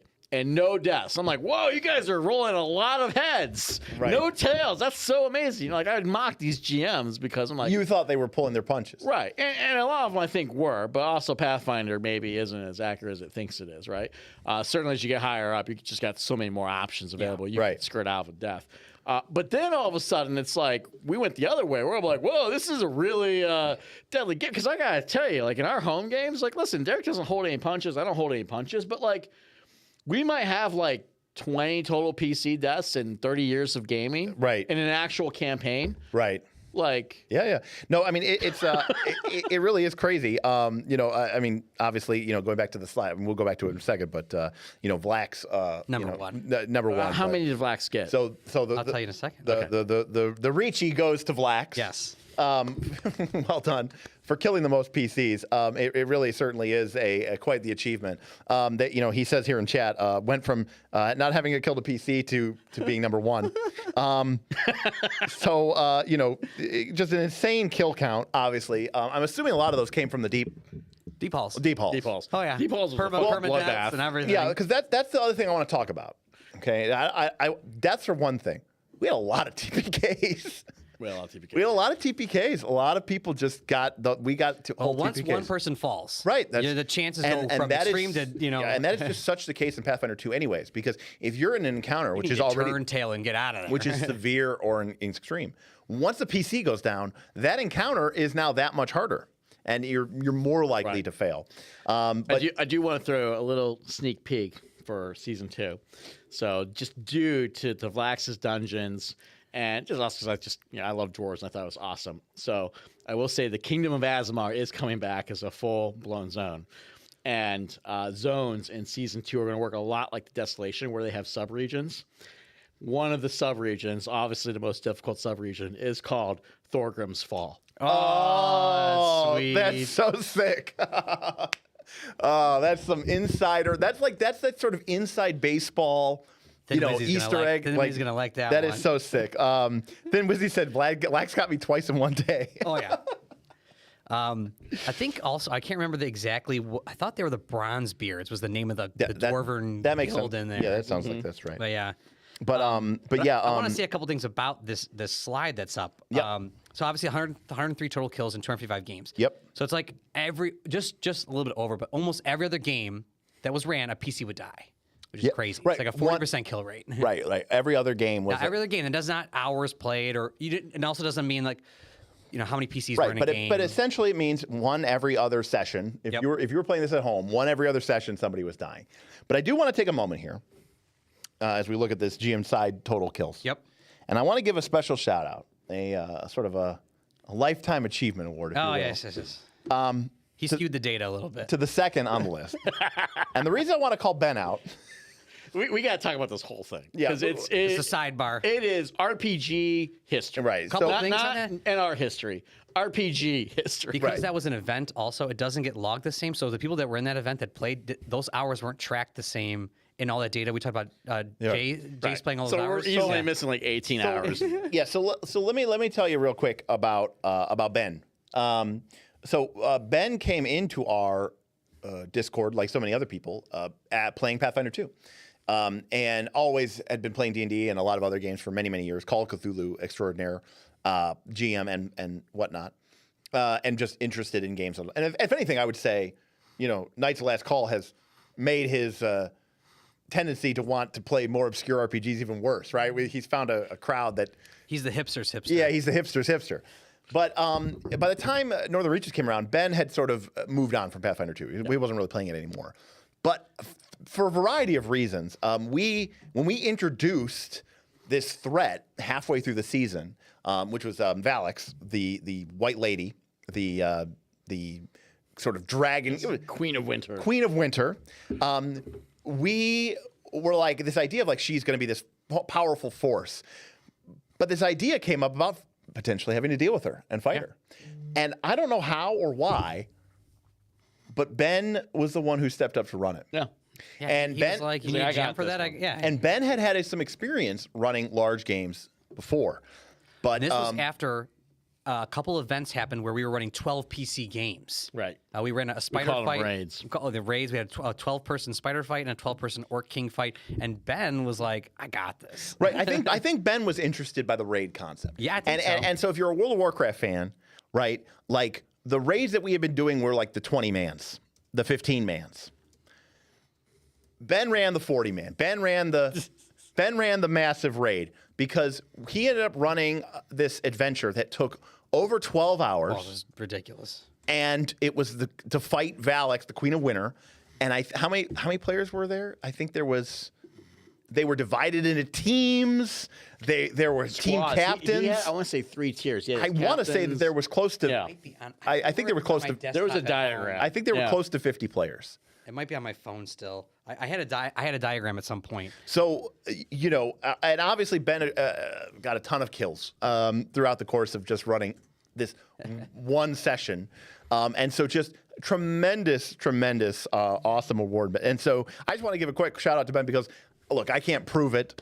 I can't prove it, but I'm going to assume that was probably the largest single game of Pathfinder 2 that has ever been played. Easily. You know, there's no way for us to prove it, And probably one of the longest. but I'm going to assume that it was. 33 people? Okay, so 33. Okay. I think 33, I thought it was 34. over 40, but maybe it was under 40. Yeah. Also, testament There was like generals and like squads. the community. You got to understand, if you don't know Ben, literally every man and woman that went into that battle assumed that they were going to die. Right. And it was a draw. Right. Everyone was like, "We're done 12 hours in." Although, you know, my favorite part was after playing for 12 hours, the time constraints alone dictated that it was kind of conceded as a draw. But there were so many players who were like, I would have gone for another 3 or 4. because we had her. We had her. And like, if we had gotten another 2 rounds, we could have taken her. And they were totally committed that they were prepared to play another extra couple hours just to get the W. So that was pretty awesome. Yeah, because before that, Ben had only accumulated 4 kills in Northern Reaches. Right, but then... or no, sorry. I don't know how many kills. He got a lot of them in the Broken Coast. Yeah, so. Yeah. right. When he was originally starting, he was doing the Broken Coast. All right, so Bob, I brought played. I want to stay on this slide if we can. Yeah. Because there's a lot of fun. I love the idea of the GM death, by the way. So we have a couple people in chat who actually lost their last life. They went into a Ben adventure on their last life. Listen, that's balls. Yep. Because you know you're not leaving that one. Oh yeah, rocks fall everywhere. So Vlax had the most of the 103. Vlax had 20 kills. Okay, so 20%. Wow. Okay, he ran 28. Look at all the people on that list. Yeah. And then realize that the top person had 20% of the kills. Yeah. He had run 28 games, so basically it was like a 70% kill rate if you played in Vlax's games. Okay. All right. Don't mess with Azamar. Obviously, Ben's a little skewed because he killed so many PCs in that last game. So Ben had only ran 4 games and killed 18 people. So it was like it's a little bit higher ratio. Yeah, like 450% kill rate. And then let's not forget. So Bob, I can't help it. Bob, I can't help. Bob, you're number 3. I'm up there. By the way, Austin in chat says I totally did like 500 damage in the last turn of that fight. We could have beaten her. Bob, you're number 3. I am. I ran 14 games and got 15 kills. Okay. Over 100% kill rate. So you were killing, on average, a PC a game. Yep. But that was mostly because you had several TPKs. I had TPKs. I would kill. I was taught by you guys. I remember I didn't GM before this. I did a couple D&D sessions. I've never ran Pathfinder, and Derik's like, look, we taught you what you're doing. I was on night school. I'm learning what I need to do. All right, run it. I got the first PC kill. I was like, whoops. Guess that's how it's going to go. And I just played the way that it's supposed to run. If you died, you died. And I tried to make it as balanced as I could. And I did because at the end, I couldn't kill anybody because everyone was so broken. So I know I had it balanced. Yeah. People definitely did get... I mean, you saw I was putting in 500 XP fights, and they were like, no one would even fall down. Oh, I don't know. I would watch giant fight. Yeah, I would watch. I would come in as a spectator to sort of be like a co-GM almost. Yeah. Maybe to give him feedback for his ongoing night school education. I would come in and I would watch Bob's thing. I was like, Bob, this is like a 320. This is a 380 XP encounter, and he's like, "Yeah, this is the warm up. Yeah, this is the hors d'oeuvre before we get to the real meat. Extreme regular fight. Yeah, extreme regular. Northern Reaches became really known for first of all, trivial is not a thing, and if you weren't running like severe, right, then it was. These PCs were also getting so good at Pathfinder, and they were also getting because the way this thing was ran. You grinded these places out, and if you explore these epic places, you could get great magic items. Right. I do want to stress that comment you made, though, Bob. Like we, obviously, if you know anything about Pathfinder, you've heard a couple times now. Wait, barbarians with legendary weapon proficiency? Like just to be very clear, 90% of the power came from the skill. These players played so much Pathfinder. They know this game inside and out. When we got into that last fight, listen, Derik runs a Pathfinder channel. You're watching it at the moment. These guys have played way more than any of us have. Okay, like that last fight. Yeah, the bone flow was a little ridiculous. But I want to be clear. It was just a sheer mastery of core Pathfinder skills and mechanics. I mean, they know what they're doing. They know what they were doing. Yep. Right. And again, I'm not trying to poo-poo anything. We have the ranger up there, but for the most part, people were playing very effective classes. Very effective. And even for the people, and the ranger was very good in and even for the people like like I Am Prophet or Improfit, who wanted to make an alchemist to prove that alchemists were competitive. Look, I still think the alchemist is shit, but we always talk about like, oh, the alchemist is great if you know how to be like the most ridiculous Pathfinder 2 player of all time. And Improfit showed that. Agreed. Right? Like they actually were like, I'm going to do the work. I'm going to do the due diligence. I'm going to learn what all of these huge list of consumables do. I'm going to maximize my infusions. I'm going to get the right gear, the right items, trigger the right weaknesses, and be very effective. And they were. Yeah. So, yeah, like even when people were playing what I would consider to be a poor class, they brought in such skill and proficiency that they were able to just outperform. I'll add 2 notes on that. A lot of times people would, because this idea, think about this. Remember the way this Northern Reaches worked. A GM like myself would say, I'm going to, you heard a rumor about this cave of Triune, and there's some cultists going there. So, maybe someone needs to investigate that. That's, so the group gets together. We're going to go on Tuesday and do that. Well, on like, a day before or something like that, someone's like, I'm going to do some lore checks. I'm going to do I know anything about these cultists? So remember, we have a chat room basically for this like raiding party, basically going to go in a cave there. Now they're going to get together. Preparation. All right, you're the fighter. was so huge Yeah, in you're Northern the fighter. Reaches. So you're doing that. Okay, I'm gonna prep this. Does anybody know this? We're gonna need to roll these when we go in and try to maybe get some lore. I'm like, okay, so they're preparing hardcore. So that was point number 1. Point number 2 is the one that Strategy posted in chat, which he said he threw random weird boss mechanics into every late game fight, and they adapted extremely well on the fly. Right. So not only were they preparing, but they're also adapting on the fly. These are very, very Right. So very very awesome. good I would yeah, say very awesome people. great strategy. Yeah. Great tactics. Yep. 100%. Right, doing it right beforehand, and bringing a solid executable plan, and then executing on that plan very well. So, all right, Bob, I'm going to go back to the slideshow Yes. here. What do we got next? Let me see here. Hopefully, Let's see if it goes up. hopefully this is working. Yes, the GM who ran the most dungeons. I don't think this is a surprise to anyone because he just blew the party real away. Real quick, before we announce the Reachie, I mean, you can see it here on stream, but dungeons meant a 6-hour plus a 6-hour plus session. Something This that was work. This was a real, honest to God. This wasn't some Pathfinder Society session. This wasn't a quick couple hours. This was a grueling dungeon run where you would go for 6 or 7 or 8 hours. Yeah, I was going to say plus, 6 Yeah, plus hours. that's why I said Dark 6. ran some marathons. That's why I said 6 plus. So the Reachie for GM side who ran the most dungeons. Yep. Goes to our friend from the Great White North, Darth Gorlock. That's right. And by far, especially on dungeons, and he loved running them. He would run them, I'm telling you, 6-7 hour dungeons. He ran a lot in the Lost Armory, and he's a big fan of Azamar as well.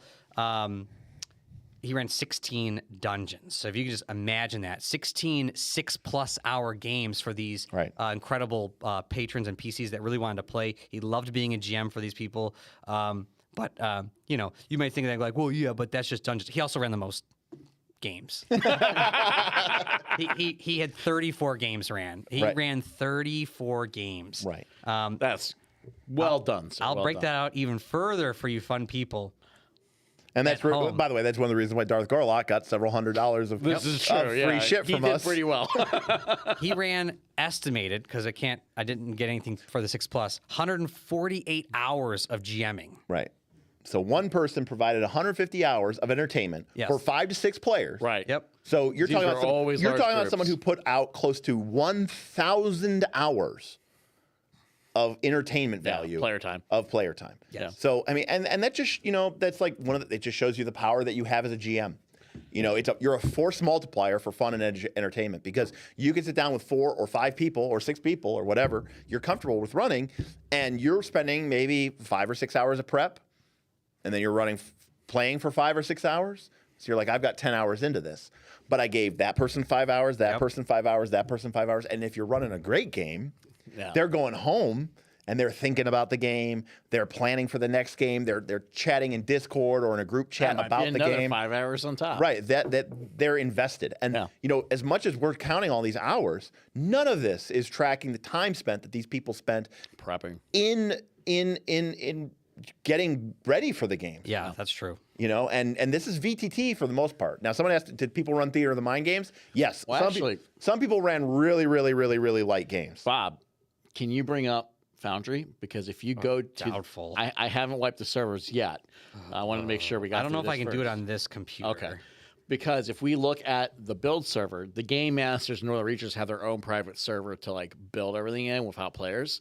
It would show you how many hours. Oh, that they prepped. That they were online. That's right, because it tells you how long they've been in the server to build. So also Let me see if I can bring it up. So Oh, while I've looked at those numbers before, and if you go to like zone 1, zone 2, zone 3, zone 4, zone 5, zone build server, you start adding up the numbers of times that It's people insane. spend. It is insane how much time people have spent on these servers. Number 2, though, just to let everyone know, was Vlax for number of games ran. He didn't run a lot of dungeons. He ran the most delves. Okay. So by far Yeah. the most delves was ran by Vlax. Gotcha. And that was mostly his deep halls games would be 4 hours. Right. And that was I'm talking mega dungeon. I think it had 3 floors, had a black dragon at the end. There was, I think he said, if I'm not mistaken, over 80 hours of just in that dungeon by the end of it. So he was running like, basically, if you played straight for 2 work weeks, that's how long you had spent to get from the start of his dungeon to the end of the dungeon. Yeah. Finish off the black dragon. So I think that was also really awesome as well. So just big kudos to the GMs again for these creative concepts, these awesome things they put together. So Thanks, John, for the compliment about the room. John M. said, nice room, thank you. guys, by the way. do you want to top me off? Yeah, that's what I knew you were trying to go for. More drink? I knew you were trying to get more drink. I only had a little bit left. You're Sorry, never in the shop for everyone. walking in front of the camera. Horrible faux pas. Well, listen, you didn't build this table for drinking. I don't know what you want. We don't have a cup Well, no. holders. You know what we need to do? We need to have alcohol. We need to have left side alcohol. No, Lazy and right Susan. side. Oh, we need the lazy, Lazy Susan before Yes. we do the That's battle actually mats, what lazy and then you could just. That's literally what a lazy Susan's for. Perfect. By the way, for the powers that be. Oh, that's funny. Vlaxy stopped using it so much, the foundry, because it would bog down so badly. That's the shot I'm literally on, by the way. So that's fantastic. Oh, Darth just tipped. Thank you, Darth. Thank you very much, Darth. Let's Darth see. giveth, and then we give it back to Darth. So I can't remember. It said something about dungeons in Northern Reach Season 2. What's the question? Darth dungeons are what made him my favorite PF2 GM. Which one are you? No, his tip, Darth Gorlon's Oh, I tip. can't see that. Oh, what? What's the tip? I think he asked something about dungeons in Season 2. Okay, we'll have to check on that, Darth. But Yeah, our table tech is very primitive at the moment. yeah, again, like I said, we knew we could hang out with you guys, and again, we're excited to get these things done. We've come so far. You know how much time and effort we've put in this. August 2022. By the way, I haven't. We've joked about this, and I looked. Okay. Oh, he was just cheering Dungeon or Northern Reach Season 2. Gotcha. Okay. Well, thank you, Darth. So it's 2023. Okay. We're already in April, March. We've got Origins coming up. We got Gen Con coming up. I looked. Now, Gen Con and Origins, for those of you who don't know, runs Thursday, Friday, Saturday, Sunday. Yep. Nice little 4-day. August 22nd, 2024 is a Thursday. What if we start maybe thinking about making NightCon 1 100%. August 22nd? Oh, that's hilarious. August 22. Yep. 100%. We'll do a Thursday, Friday, Saturday, Sunday. Oh, that's hilarious. 2024. Somewhere we'll figure it out, but it's not. It's literally a Thursday. I mean, I like that place that your camera crew went. That was pretty NightCon, nice. August 22nd. August 2020. August 22. So, anyways, I thought that was really funny. So, Yes. anyways, let me just make a quick aside here, and then we'll get back to it. Because again, I don't want to go super duper late. These guys have places to be, but whatever. Mostly I bad just started 'cause we're drinking, old, so Right. we're good to go now. My goal now, I respect that people wanted to play the game, and if people wanted to run monster hunts, which are 2-hour sessions, and if people wanted to play monster hunts, I was happy to do that. But my intention was to kind of be an analog to the night school process and to allow people to use Northern Reaches to really develop dungeons, kind of like what Dungeon 23 was supposed to be, and kind of got sidetracked because of OGL and all that other stuff. But I wanted people to kind of invest into locations. And, I was always a little disappointed that there weren't more multi-session games, that there wasn't like I always thought it was really cool when they started doing the deep halls, because I thought, Deep balls are awesome. that's what I want. Yeah. And I'm not trying to say like the other stuff was bad, because it's nice to have, let's go do this little side quest. Let's go do this little side quest. That's fine. That's fun. But I love the idea, and you know this, Smith, from Forgotten Realms 3rd edition campaign book, the idea of like the legendary dungeons of a land, right? The Wood of Lost Teeth, the Dungeon of Death, Myth Draenor, right? These places of Undermountain, Yeah. right? These places of legend that we could have in our own game. and have people really, really invest in them, but also, again, ulterior motives, be learning these age-old sort of dungeon encounter building, pacing building skill sets. Yeah. And so, like, so again, Darth Gorlock clearly gets the Reachie for most dungeons run. Oh, yeah. But my extra hat's off to anybody who kind of spent the time, whether it was a dungeon session or not, to really. So there's three that are bringing to mind. Now, maybe missing one. I want to say we have. There's three locations. I want to say remember. it was I Am Prophet. That's Crimson Forest. Crimson It had a Forest. great location. Yeah, It and that tons was of games. Long term. Yes, that He lasted started almost at the whole season. Very beginning. It lasted the whole season. Yeah. And that was like the cap of the Lumberjack versus Fae. That's right. Tobacco. Which didn't they end with people like Sacrificing themselves. Yes, and that was their choice. So I thought that was great. But Crimson Forest was great in Prophets. Darth Gorlock had the Lost Armory, which was a really big one. These are just ones that I'm remembering because I had multi-sessions there. Yeah. And then Deep Halls. Those are ones that I can remember, like, location-based. But I think even Rubicon Joey had a ton in the Bloodlands. With the ore and the mines. Correct. Right That when was the beginning Civil of War was season. getting pretty hot. He had to dip And out. what was nice about these... Yeah, not to- Rubicon ended up leaving the server because of his own personal issues and life issues. But he was running a ton of games. Big heart for him. Gone but not and what was forgotten. so cool about some of these places, and you guys would know this, is it wasn't just like, hey, I'm gonna play, and I got these 5 people that are playing, and then you guys want to play next week?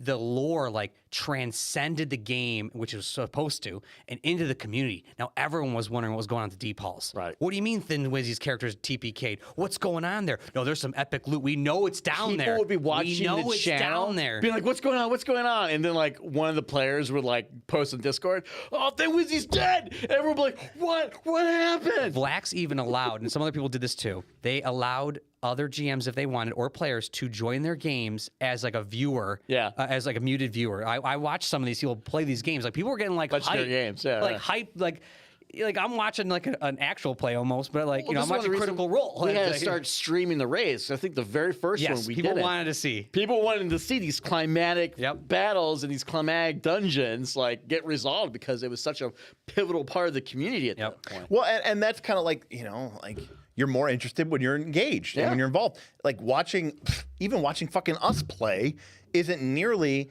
as interesting as watching events transpire where you're like, if they beat this, that could finish some clocks. That could upgrade the town. This has not only does this have a literal mechanical impact on my character, but I've adventured with these people. Yes, these are your blood brothers. These are my blood. Yes, my blood brothers and sisters. These are my people. This isn't an AP. There's a very good chance that these people are going to die and things are going to get worse. Well, and that was the other thing because of you guys really implementing the 3 deaths. And the no fudging then. Well, because of the 3 deaths, it really let people just explore the space. So therefore, when you watched one of these games or want to know what's going to happen, you weren't like, look, the GM's already got it scripted. No, the GM might not even know because he doesn't know if he's going to TPK the party. We don't know what's going to happen. The GM doesn't know what happened because he has so much room to play with the space. And so watching these games really let the ideas go. Just want to shout out Lance Quagmire, our buddy George. He said the Dragon Fight's brought to you by Raid Shadow Legends. That would have been hilarious. All right, Bob. Let's get through the last of our data slides because I do want to spend as we get before we get to 10 o'clock, which is kind of where I was hoping to cut us off. I do want to spend at least some time talking about Northern Reaches. A season 2. It's true. We need to do it before I get too much strong. And big thing, the last 2 slides are very more or less just sort of fun ones. At least this next one is the class that ran the most dungeons. So Barbarian was the class that was able to go on the most dungeons. So this is primarily Hanog as a barbarian running. So he's playing in a lot of dungeons. So I thought that was actually pretty cool as well to see what were people, what kind of dungeons what kind of adventures were people running into. Also, Hanog ran in. Sorry, so Jose he played in 12 dungeons as one PC. So it's one only PC. His one PC, he ran 12 dungeons. You know what? I gotta say something that I kind of love about this chart. I love that. Are we supposed to be showing a chart right now? We are showing. It was on there. Never mind, live. You guys are good. Oh, okay. I love that the druids didn't go into the dungeon. So the most barbarian was Hanog. All right. And that's sort of what this is. What All right, Bob. I went to the next slide. The next slide is player death toll. So someone asked us earlier, was there a Oh, person? no, it didn't. Oh, my gosh. OBS didn't work again. You son of a. Oh. Well, you guys can put your predictions in the chat, but I did give you guys a spoiler on this one for who they thought the person who died the most in Northern Reaches was. This does not include branded. This just includes loss of life. This is death. actual death, not loss of or not. All right, player death total is up. Woo-hoo. Hard to see because there's so many. There's so many people. Yeah, it's probably like 100 of them. Yes. Maybe even 104. All right, Bob. So who had the most player deaths? So there's two tied, and it's Thin Wizzy and Goblins and Androids. All right, so the Reachies kind of it's a split. Thin Wizzy, Goblins, and Androids each had, is that 6? Yes, and So that's 2 TPKs for Thin Wizzy because he Trick just question: kept making How? PCs. What's the most deaths in one session? That would be the person that did it was Vlax. Well, I guess it would be Ben technically from that mega game, Sure, but it would be good point. Vlax and it would be against Thin Wizzy. I mean, player. Though I did kill Thin Wizzy 2 times in one session. So wait, so this they had 6 deaths. So that means Yes. that did they run out of all their lives on multiple characters? two PCs TPK'd. Oh, okay. Yeah. And a lot of them were brothers. It was great. Again, this is Thin Wizzy's character. But he had like Thormer, Torgrim, Torsten, Torvald. Oh, I remember that now because that was always such a pain in the ass. One was Gunslinger. That was always such a pain in the ass to read in the They chat. were almost all dwarfs. They were great. And and again, you can obviously see that a lot of players there had 0. Throughout Goblins and Andrews a little more balanced. balanced, gotcha. But you can see that a lot of people had between 1 to 2 deaths. Yeah. And whether that was because they actually died or they was just only counting deaths, not it was counting only branded. deaths. Only deaths. Okay. Yes, Not not including count branded. branded. Not including the branded. So, I think that's fun because, I know this sounds kind of backwards, but it almost seems to me like when people died, they enjoyed the game more. I'm telling you, those deaths were usually epic. And so those like you always talked about, sometimes the deaths, if you died in a session, that can make that session more memorable. Right. It's almost better. I'm telling you, the deaths ones were like, this one like, oh, I just died today. No, I sacrificed myself so that we killed the spider. Like they did something with that death. So Yeah. that was pretty cool. Do we still want to do this last slide or is that the last? The last slide is an error. So. Oh, okay. We'll So that avoid is the one. last slide. Now, if anybody has any specific questions about data, obviously you can ping me or write in the chat. I can see if I answer. But I think we are going to switch over to questions. Yeah. At this point. Yeah, so any questions in the chat are free to come in, but so let's kind of philosophically as a group here. We've got about half an hour left. Let's talk about Northern Reaches Season 1 real quick as sort of what did we learn? What worked? What didn't work? And we can kind of get into this about what we're doing with Season 2. So as the You got the top down, yeah. as the overlord, as the and to be honest with you, I helped set it up. I wrote the game master guide with my vision of how Aaron handled the implementation, right? Mine was more of the vision, and and again, hats off, to both of my co-overlords here. And then Bob did all the work. Yeah, for just doing a tremendous amount of effort and work, and obviously I could not do it without them. So big thank you to both of these fine gentlemen, and of course obviously to all of our insane game masters who just ran all those games, killed all those PCs, made all those memorable stories happen. Because sure, we run this thing, but you really ran the thing. But my Roll for combat in chat. The new studio is a dungeon. More like a castle, but we can, I guess sure it'll be a that's dungeon Steven. when we're done. it's a dungeon castle. We didn't Yeah. want it to be fancy. We want it to be, nice and simple. But my takeaway is, okay, the highest level. What more successful than I would have ever possibly dreamed or imagined. Oh, 100%. 100%. So let's Start off almost as a joke. Yeah, it started off as We were like, can we juggle 20 players? yeah. We thought, well, look, when we started this channel, we took the over under on 100 subs. Bob took the under. I took the under. I took the over, but I never thought we would even get monetized. So for us to be where we are is incredible. Yeah. But when we started Northern Reaches, it became a tour de force. Like we were sometimes getting 20 or 30 people joining our Patreon a month. Yes. Just because they were interested, Oh, yeah. just because they wanted to be part of the action. Some people ended up joining and sticking. Some people ended up joining and saying, it wasn't for me. But they were interested. There was a buzz. And despite all that, we made some efforts. We planned appropriately. We put things in place. But let me just tell you something. We did all of this work. And you know what?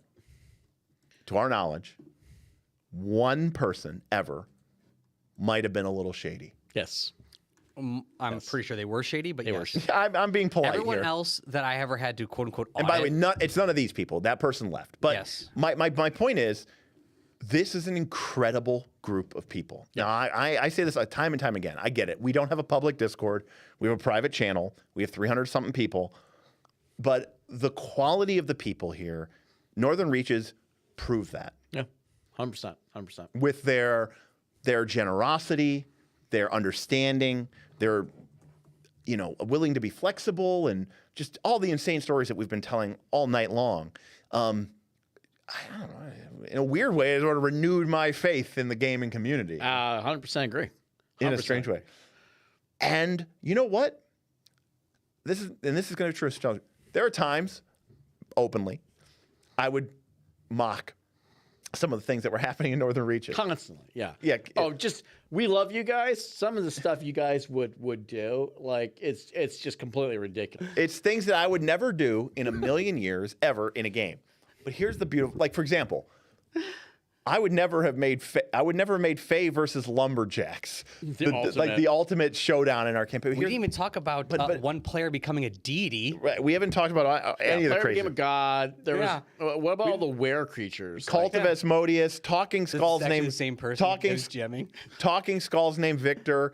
Like, there were so many weird things. Kobold friends, but here's the most important. That's because it wasn't our game. That's right. Correct. You were just sort of like managing it. It was everyone else's game. And you know what I always say when I'm talking about collaborative story building? When I'm talking about games where it's not just the GM telling players, player story time, where it's the GM working with their players in order to tell a compelling story, I always say that the story or the idea that you can have in your mind, if it's small enough and tiny enough of a concept that it can fit in just one person's brain, it's not worth telling. That's right. The things that came out of our experience here were something that could only come out of the experience of this community, of this collective whole. And it's not the story I would have told, which is why it's so good. It's so interesting because I wouldn't have done it this way.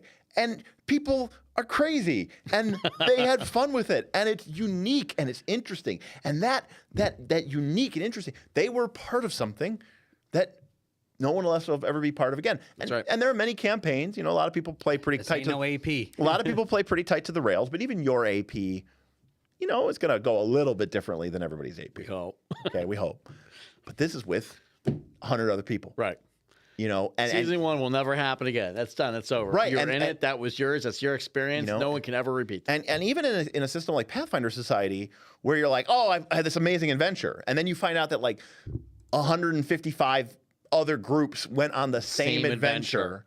And you're like, and they killed the same guy, and they killed the same lady, and it's There was like only so many people that fought in the deep halls. There was only so many people that got to fight Triune. There was only so many people that went to the spider fight, the orc raid. Yeah, all this stuff happened. Only so many people that came back from Ben's Dragon. there was got that treasure. Right. Found that rare magic item. there was a degree of FOMO there, and I kind of respect it. Yeah. So I mean, again, it worked. Logistically, it worked out better than we could have ever hoped. People were very fair and understanding. The GMs really stepped up. But the gaming outcome of it was very, very successful. And we were blissfully lucky to have such an incredible group of players and GMs as yourselves. That being said, I think that there were times, there were some things that were needlessly bureaucratic, and we'll deal with those. Yeah. I think there was a weird tension because, again, I'm a liberal, but I also appreciate the value of a hard day's work. I don't want to take away from people who have invested the time, but I also respect the fact that for people who don't have the ability to play 3 times a week, that doesn't mean that they should be locked out of the game. Right. Correct. So that's like one of the main things that I take away from it. Like, and we had Brave. What was it called? Brave New. What was it called? Brave and Young and Brave. Oh, the Young and the Brave. Oh my gosh, that thing. Okay. That was such a hard thing to log. Okay, we had the Young and catch up. You're right. We had the Young and the Brave event, which gave GMs extra rewards if they ran lower level adventures as a way to encourage, to allow other people to catch up, which is great, which is fantastic. People did that.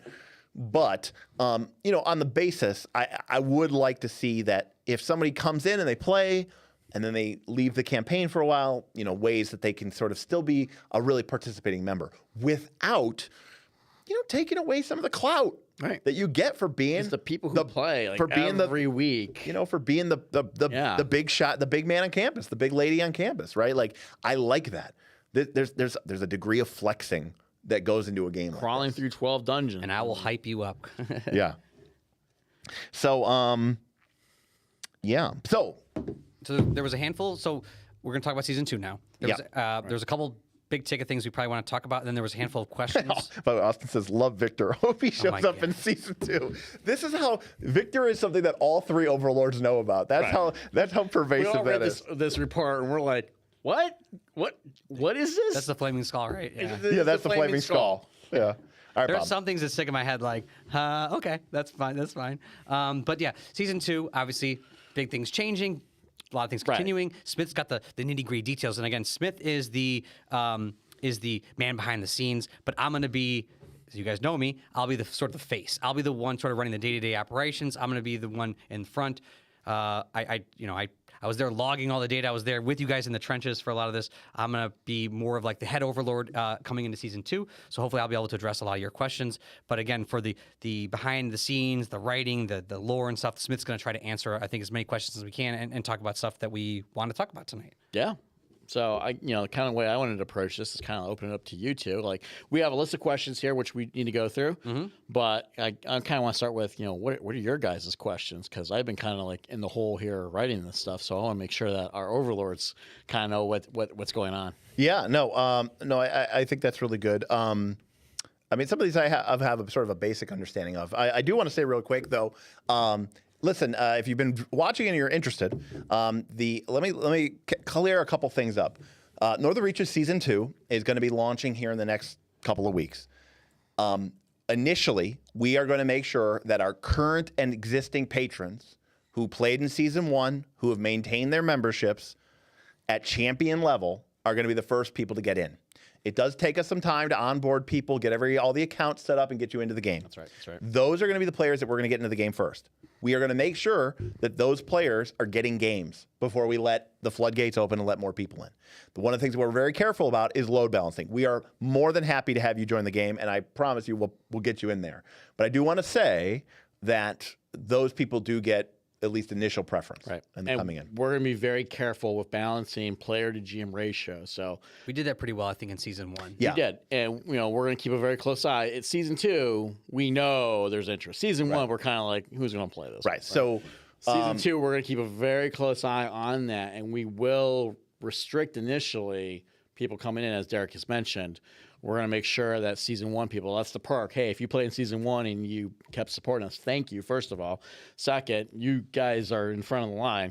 We're going to get you in first. But we're going to make sure that when you do join, we got the GMs playing that can make sure that games can be filled. So I would say if you played season 1, you're in, basically. And then if you're an existing patron, you want to upgrade, you're the next in line right behind that. But if you're a new person, just give us some time.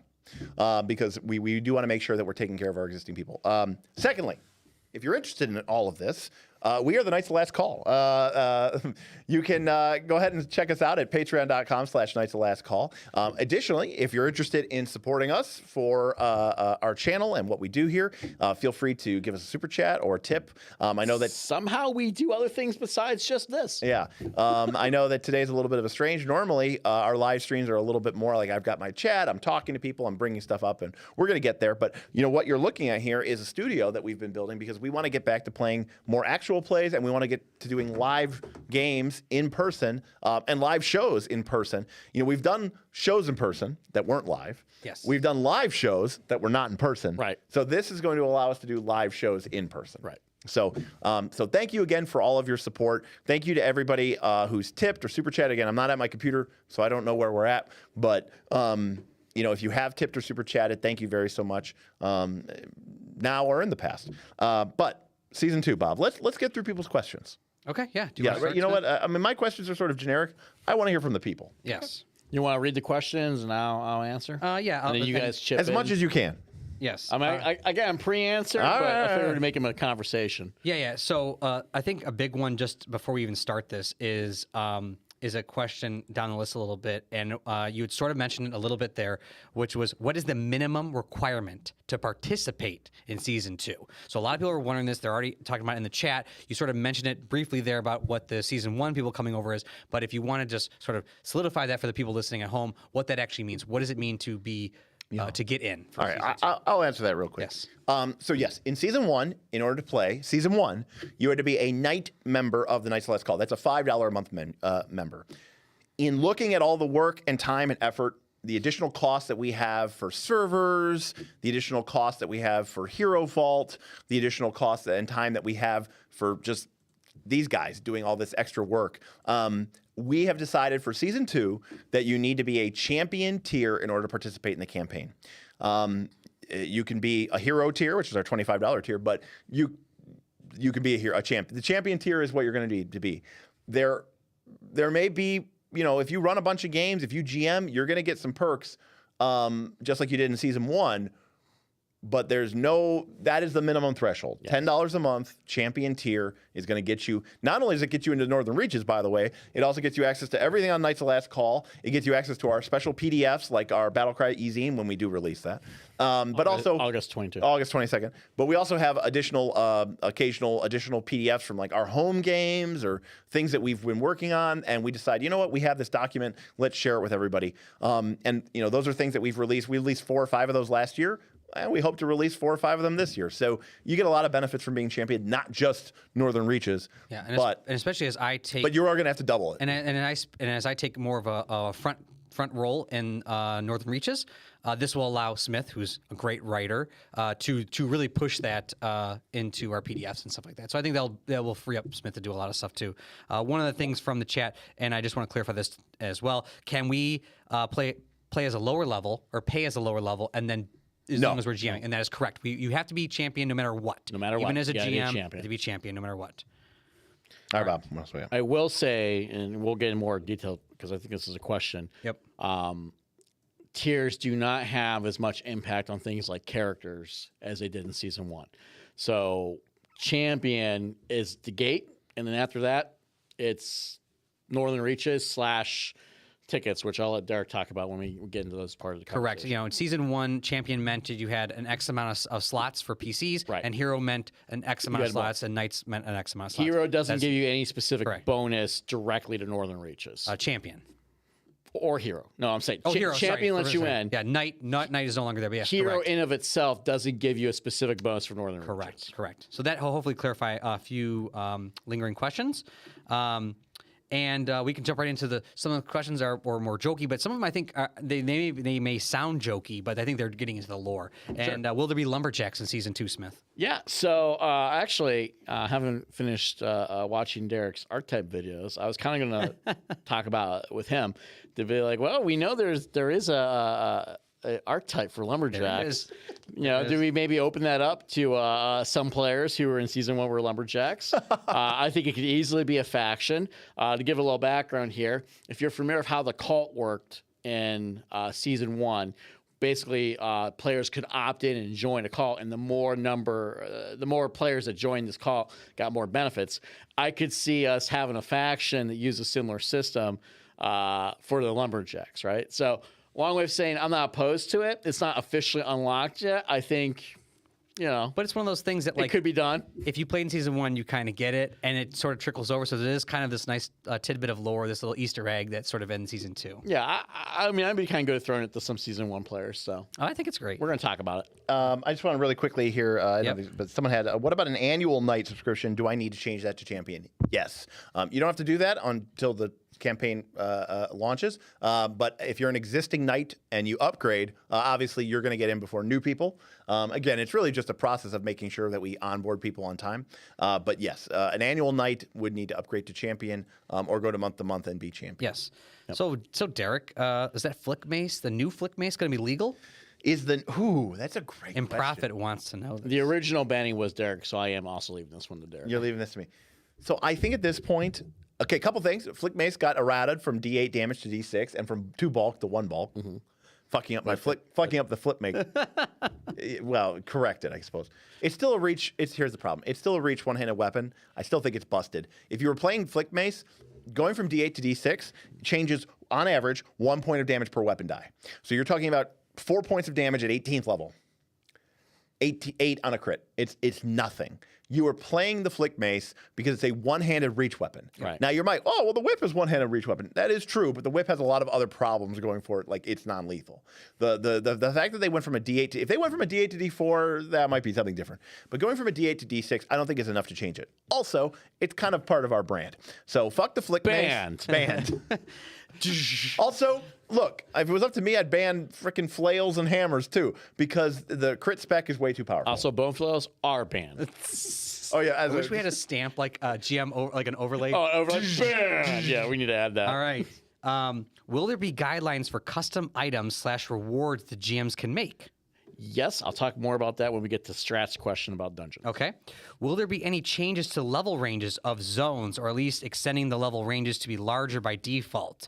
More on Desolations, Northport Lines versus Jagged Pine Forest versus a Broken Coast. Yes. So one of the things I did not like, and I think a lot of DMs felt the same way, is how you have all this lore built up in a zone, and then all of a sudden everyone out levels it, and now we don't even have enough players to wrap up an adventure with it. It sucks, right? And I know there are some GMs who spent a lot of time, perhaps the entire season, working on these areas and didn't get to conclude those stories. Also, that's just kind of silly anyway, because when we go back into Season 2, we're going to go back to some of these areas, though they're going to be a little bit different than how you may remember them. So these areas are going to persist for potentially years, as long as we keep doing Northern Reaches, right? So level ranges now work more like suggestions, and more specifically, they tie into things like how the random encounters work. So if you like the Desolation, and I know a lot of you did, and you're familiar with how that works, that's kind of like the blueprint for how all the zones are going to work in Season 2. Meaning you're going to have these areas and you're going to have these subregions, and we're going to give you some assets to allow you to kind of get the theme for the area, have some random encounter tables. We're going to give you suggestions on how to use these random encounter tables. Just because you roll a dragon doesn't mean you should kill your party with a dragon. It just means maybe there's a dragon in the area. We don't know what that dragon's up to or what he's doing. He may not even be hostile, right? There's a little bit of nuance that goes into it. But these zones are effectively not going to have a specific level range anymore. Meaning, if you happen to adventure in what's now known as the Dead Coast, which you may remember as the Broken Coast, some things there have not gone well, because that was one of the clocks that did not really get resolved in a positive way. You may adventure there the entire campaign now. And when I say the entire campaign, I mean, you might start off there with a low level, site that then advances all the way to whatever the end of the campaign ends up being. And I'm going to assume, because I know your style, that like there are things in that zone that sort of like are very zone specific. Oh yeah. Right. And so it's like, it's kind of cool because it's like, like you kind of become like an almost not only as a mechanically as a player, but also like as a person, kind of like an expert in the weird, like, oh, make sure you bring so and so along. Yep, they're a Desolation expert. Absolutely, and that's a huge point, because Season 2. What is Season 2 about, right? Season 2 is really about the theme of exploration. You guys have made your foothold. You've established Northport. You have earned your place. Season 1. Season 1 was about survival. It was about survival, and things escalated very quickly and very rapidly, and a little too rapidly. A little too Ralph. We want to tone that part of it back a little bit. So in Season 2, I'm saying this now here in March. We'll see where we're at here in August, but because I know me. But again, Bob is taking more of the spotlight. Yeah, in I this might season, tone him down right? a little bit. The intention of Season 2 is more about exploration, not. And Northport is destroyed, right? We're going to try to stay away from that a little bit. Right. One of the things that we clearly talked about, even during the season, we quickly realized, okay, threats kind of got a little bit too out of control. Out of control. Yep. And it was fun. It was dramatic. It was epic. It was a great way to kick it off. We didn't know if there would ever be a Season 2. Right. Right. So why not go big? We're assuming there's going to be a Season 3.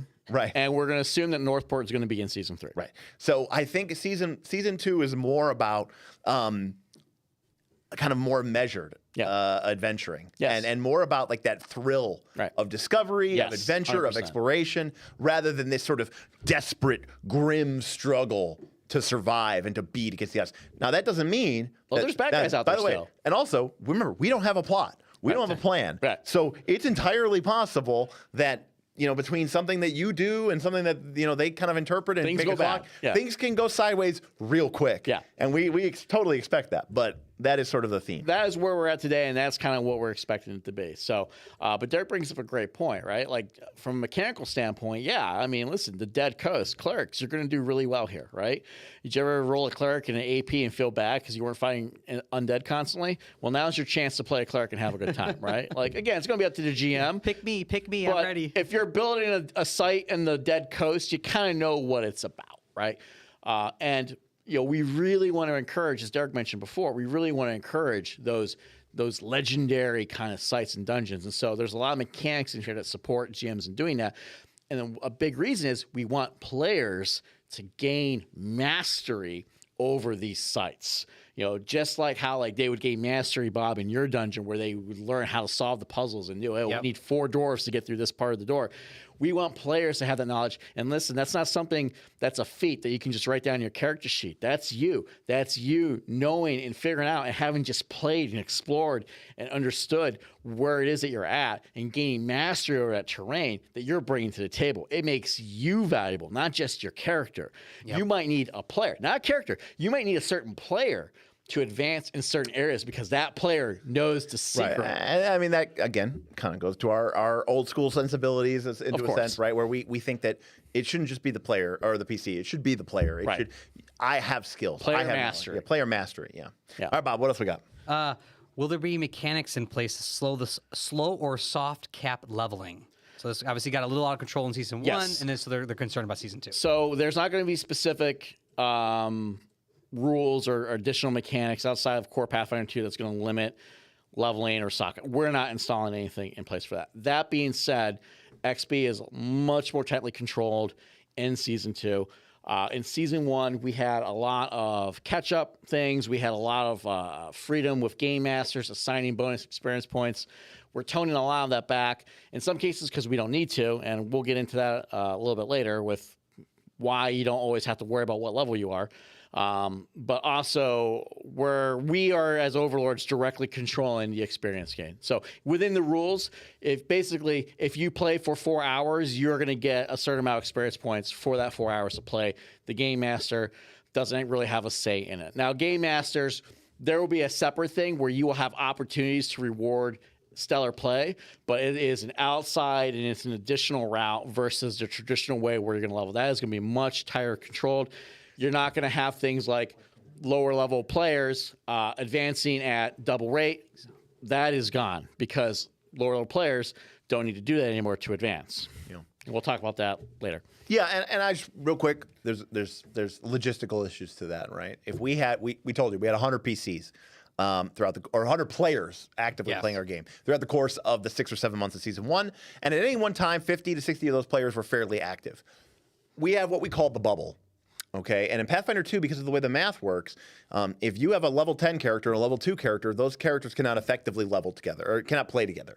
And that means you kind of need to have now 2 sets of adventures. There's clearly going to be an adventure that says, you cannot play in this adventure, you cannot play in this adventure. Right. It's 2 different. If everybody's level 5 and 6 and 7, things are still pretty okay. You can make that work.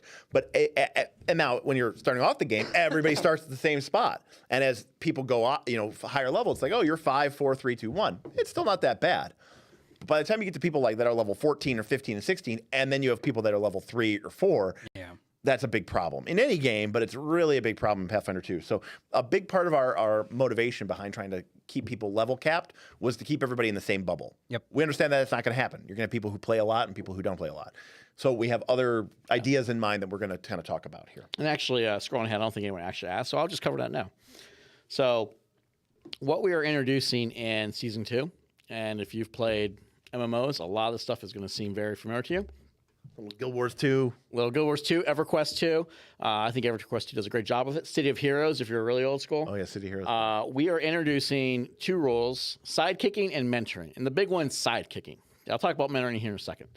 So the concept of sidekicking actually works decently well in Pathfinder 2. But the idea here is if you are a lower level character and higher level characters are good at bringing you in their adventure. And again, this is up to the players. It's up to the game master first of all, right? So as a game master, if you're running a level 10 adventure and you want this to be a hardcore level 10 adventure, that is your call. We're not going to tell you how to run your game. Run your game the way you want. Bring in level 10 characters. That's fine. If you're a game master, it's a little bit more open or, you know, whatever. You have a level 10 adventure and there's someone who's level 5. What we could do now is allow them to sidekick up to one of the levels of a PC in your party. So let's say you have a level 9 or a level 10 character in your party, and it's level 5 wants to play, we'll sidekick him up to level 10. How does that work? Well, we're playing on Foundry. It's actually pretty easy. Right. This is one of those situations where, again, we take advantage of the digital, the VTT, of the digital environment. This is where it actually helps us a bit. Very simply, you're a level 5 character, go into Foundry when you're playing this adventure and change your level to level 10 or whatever level of the character that is mentoring you. You will gain all of the math and statistical benefits of that level. Now, you will not gain the spells. You will not gain the feats. I think you do gain the class chassis stuff, which is good, because that also impacts your saves and stuff. You will gain higher level spell slots, which means you can heighten spells that you know to those new slots. But you do not gain new spells in your repertoire, spells, right. And you do not gain new spells in your book. This is a temporary boost that boosts your level. You will be weaker than the level 10 character. So, hey, if you're the level 10 character legitimately, kudos to you. By the way, that level 5 character, when they're done this adventure, they go back to being level 5 after that adventure's over. But what does this mean? This means you can now bring your lower level friends with you on these harder adventures. This is why that character gains experience as they normally would for a level 5 character, meaning it's not doubled, it's not halved or anything like that.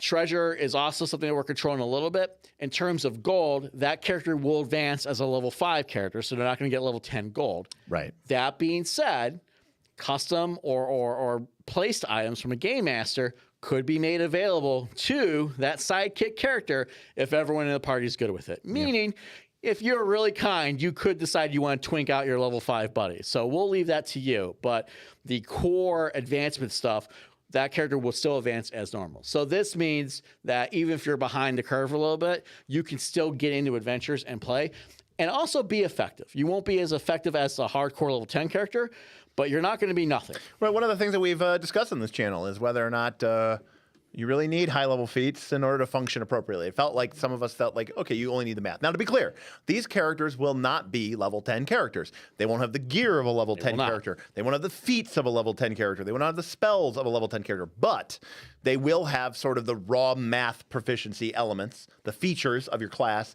that, and plus, not to mention your level-based bonus, which in Pathfinder 2 goes a long way towards making it happen. Right.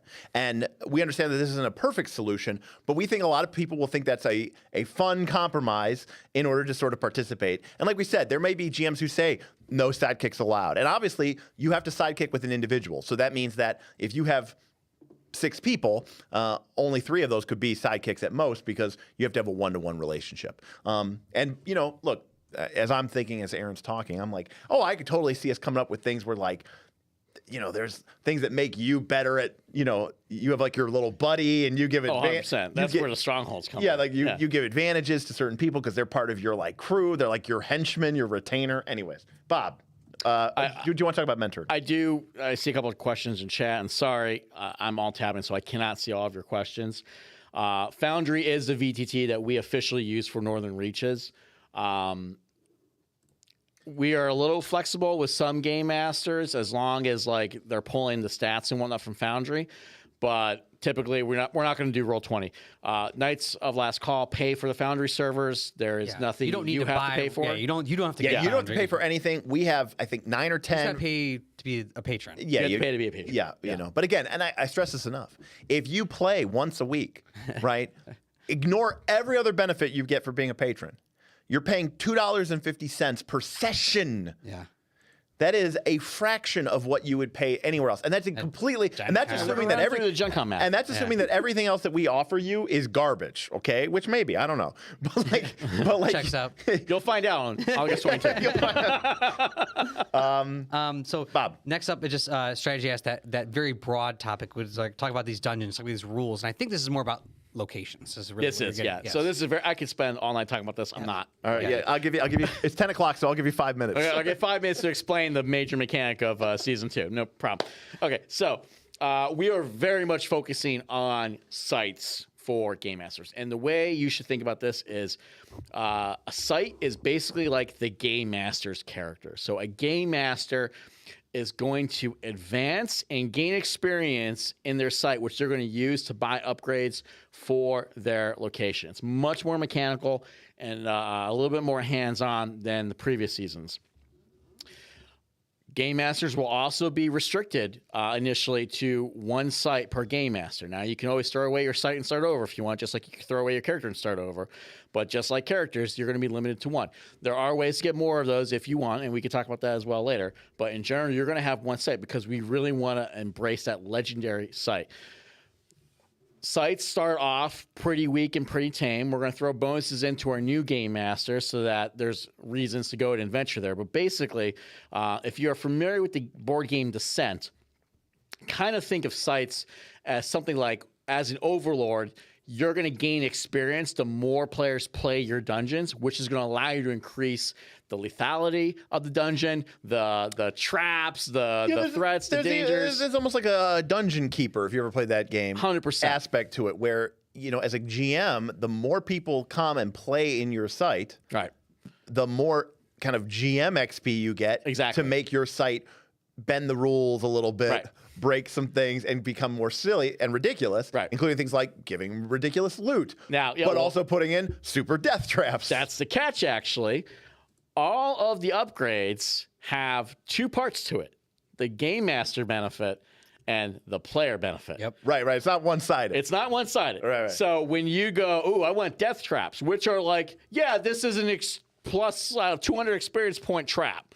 You can put that in, but then you also have to put in the treasure that comes with it. Right. And so this is how you can advance things. And this is where you start off with, we're going to be like, hey, listen, you're a new game master. You can't go in and put in this broken Tarask bone flail because you don't know what the hell you're doing. Always comes back to that. It always comes back to that, right? But after people, like after Hangnog has visited your dungeon 12 times, you've earned enough experience points as a game master to start breaking the game, basically. And you know what? That's awesome, because if someone's going to your dungeon 12 times, there should be incredible loot at the bottom of it. Right, and that's the thing. It's mechanics enforcing narrative, enforcing mechanics, 100%. enforcing narrative, enforcing mechanics. Right, your dungeon has become important.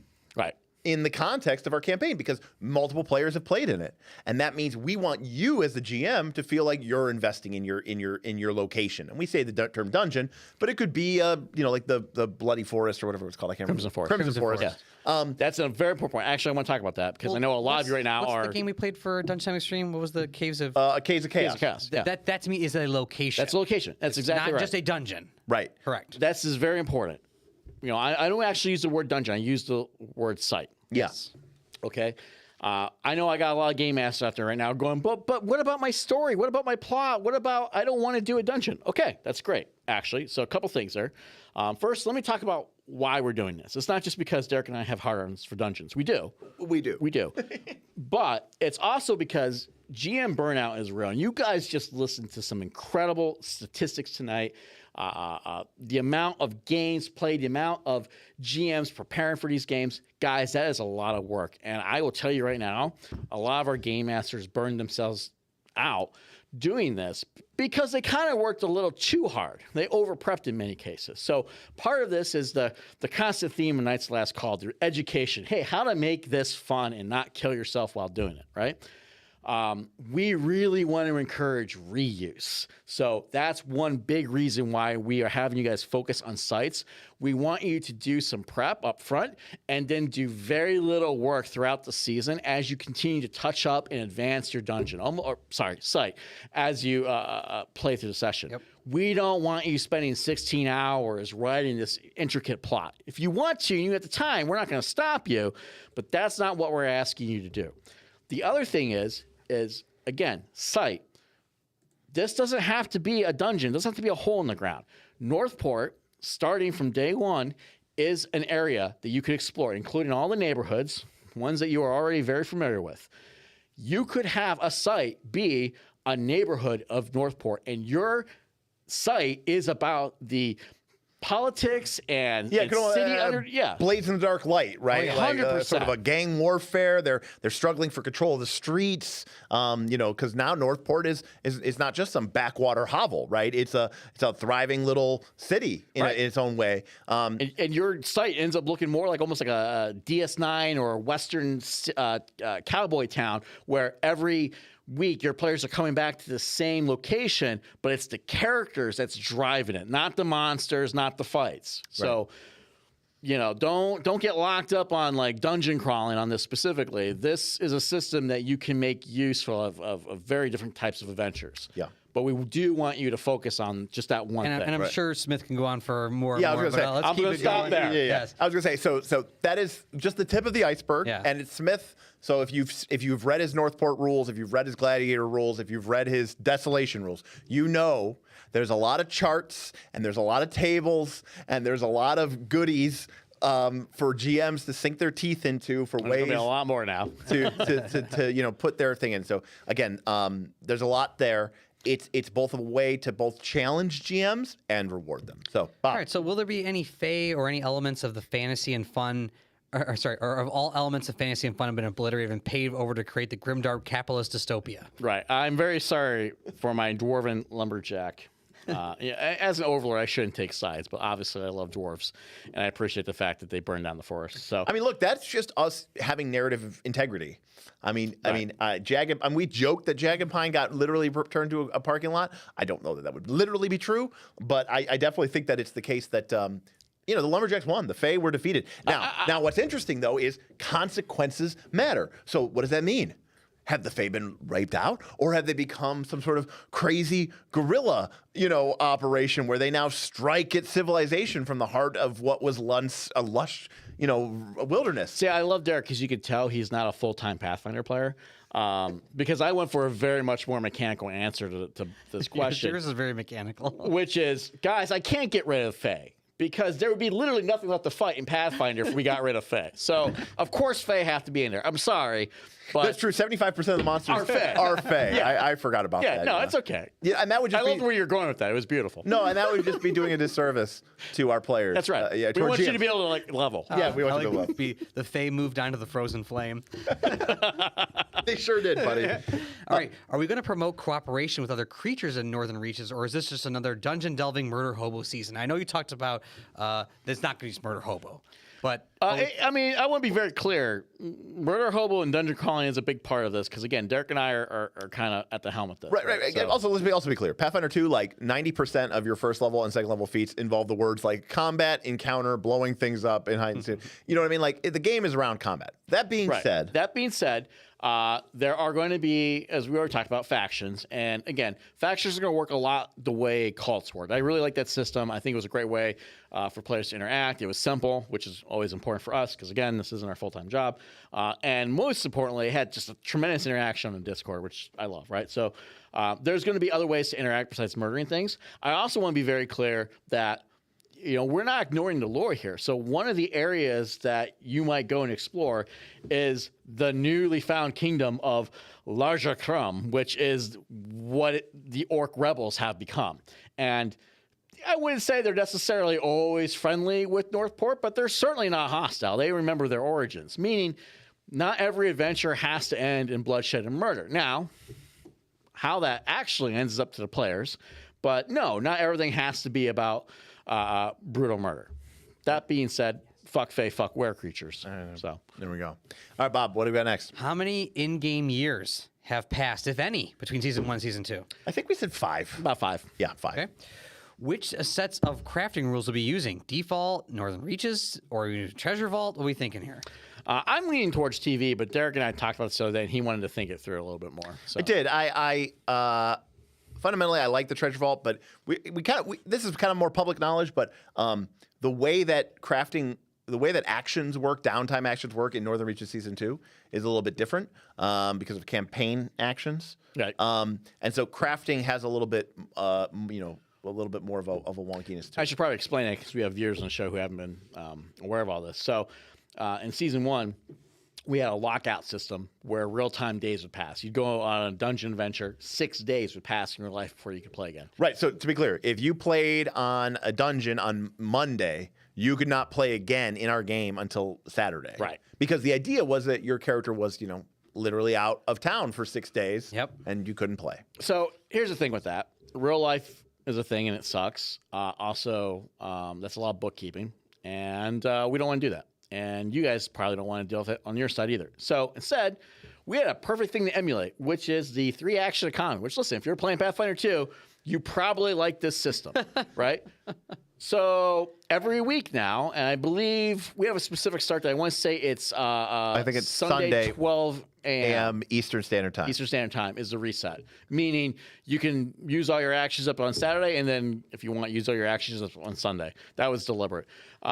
Yeah, I mean, what it means is you get 3 actions a turn. Three actions a week.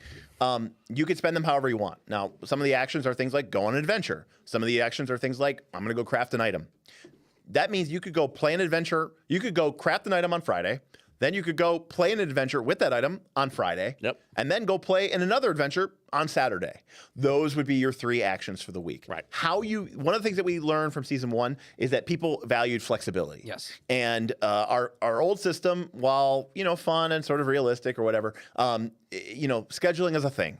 And we don't have infinite people, and it's a lot better. We saw a lot of people kind of being like, I'd love to play in your game. I'd love to fill that. You have 2 open slots. I'd love to go play. Right, but arbitrarily, we're not going to let you. But my character's on lockout, right? And while I appreciated that, and I think it worked, the realism of the situation is, whatever. And we have Pathfinder 2 to model, so fuck it. Fuck it, yeah. And this, by the way, is why, by default, everyone, regardless of your tier, has 1 character. We had a lot of champions, thank you for your support, last year that were playing because they wanted multiple characters. When we looked at the data and we talked to various players, people were doing that because they wanted to play, but they wanted to play their main character. Right. They wanted to play it more. They wanted to play more. So what we want to do is go, okay, we want you to play the character you want to play. So here, go play that character, right? Right. And again, just to be clear, a lot of people upgraded champion, awesome, because they wanted to be able to play more than, they like, my character's on lockout for the next 4 days and I want to play. So I guess I have to go play the secondary character. Right. Now, some people legitimately wanted to play their second character. That's fine. And by the way, there will still be an option for you to get additional character slots in Northern Reaches Season 2. But this is the key point. The actions per week are tied to the player. Not the character. Not the character. So that means that even if you go and buy 5 character slots and you have 5 different characters statted up, and with sidekicking, there might be a good reason to do that. Because even if you don't play your fighter or your alchemist that often, and they're only level 2 or 3, if someone's willing to sidekick you, you could be boosted up to 6 or 7 or 8th level. But even if you have 5 characters, you are still only going to have 3 actions per week. That is tracked at the player level. Now, we do that for 2 reasons, one of which is bookkeeping. Yep. And the second thing is to make sure that everything is sort of being fair and balanced amongst characters. Yep. We don't want people to just spam out characters just to be able to get infinite, play time per week. Yep. Now, Derik, is there any way to go above 3 actions? Yes.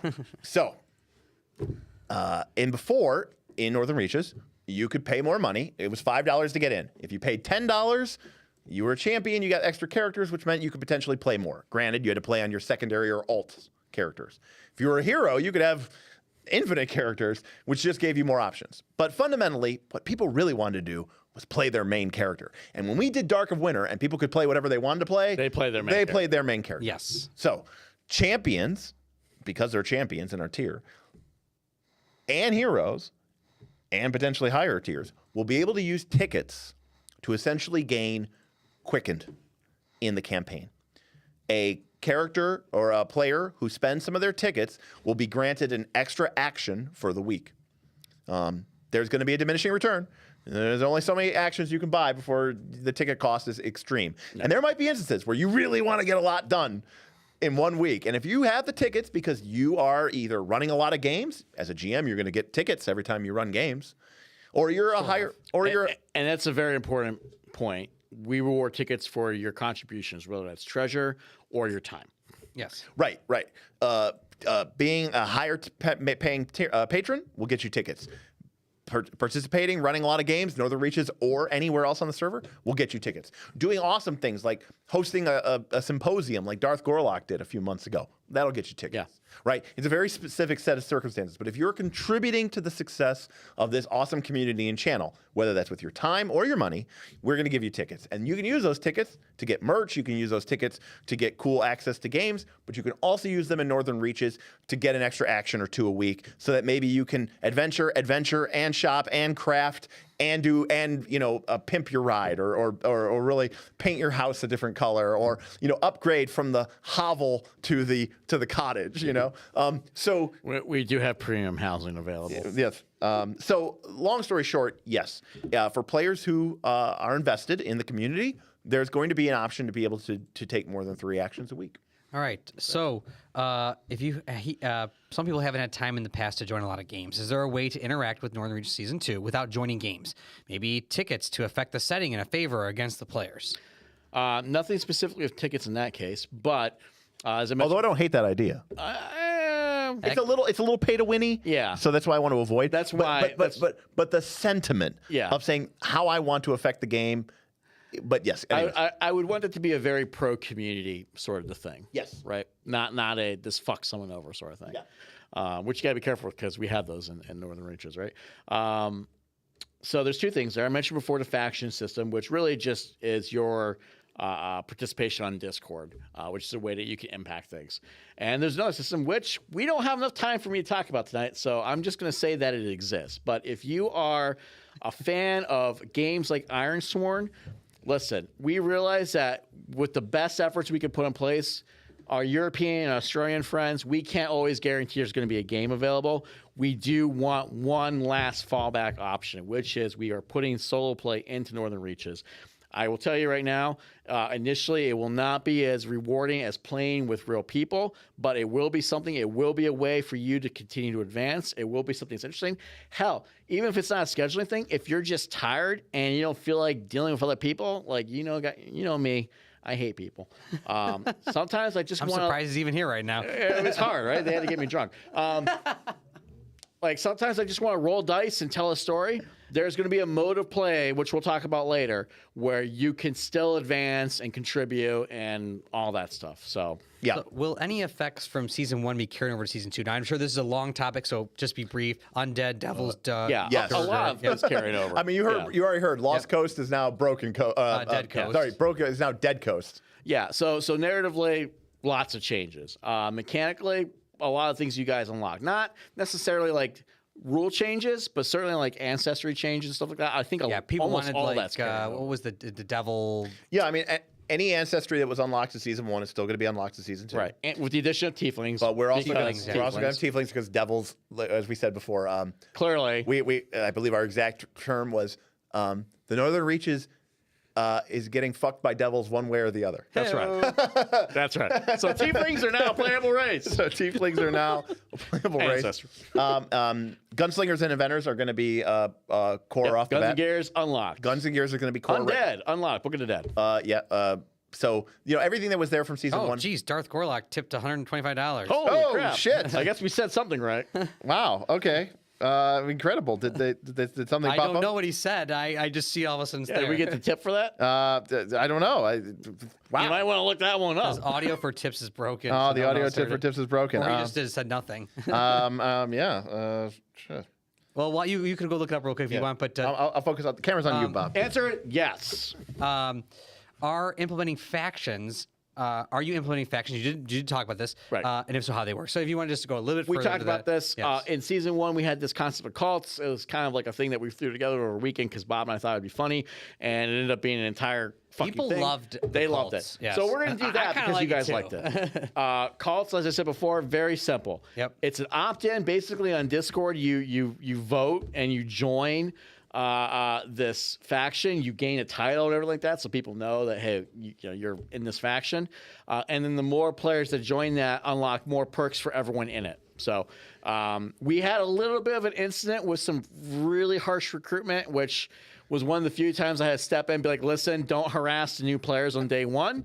Let them play a fucking game first before you recruit them. Let me say something. I actually, if you remember, I got very vocal. One of the only times in the entire server's history where I got really like, Oh, you did get upset. I got real upset because, like I said, when Smith, he gets upset fairly easily with the antics of But the server. I cap out high. But he caps out pretty low. Yeah. Me, it takes a lot. But you go But nuclear. then when I break, I'm nuclear. And I just came on and I just like in the middle of this kind of conversation, I was like, if any of you people keep doing this, I will ban you immediately. Whatever. But and everyone was like, oh shit, what just happened? And I was like, look, some people felt like people were getting like too aggressive with it. Now here's the thing, between me and you, I respect it. Oh, it was great hustle. It was great hustle. It was great hustle, and I loved it. I did go, by the way, and look. Darth tipped $125 to say, looking forward to season 2. Thank you for all the hard work. Sounds amazing. Thank you, Darth, because and this, by the way, is the kind of community that we have.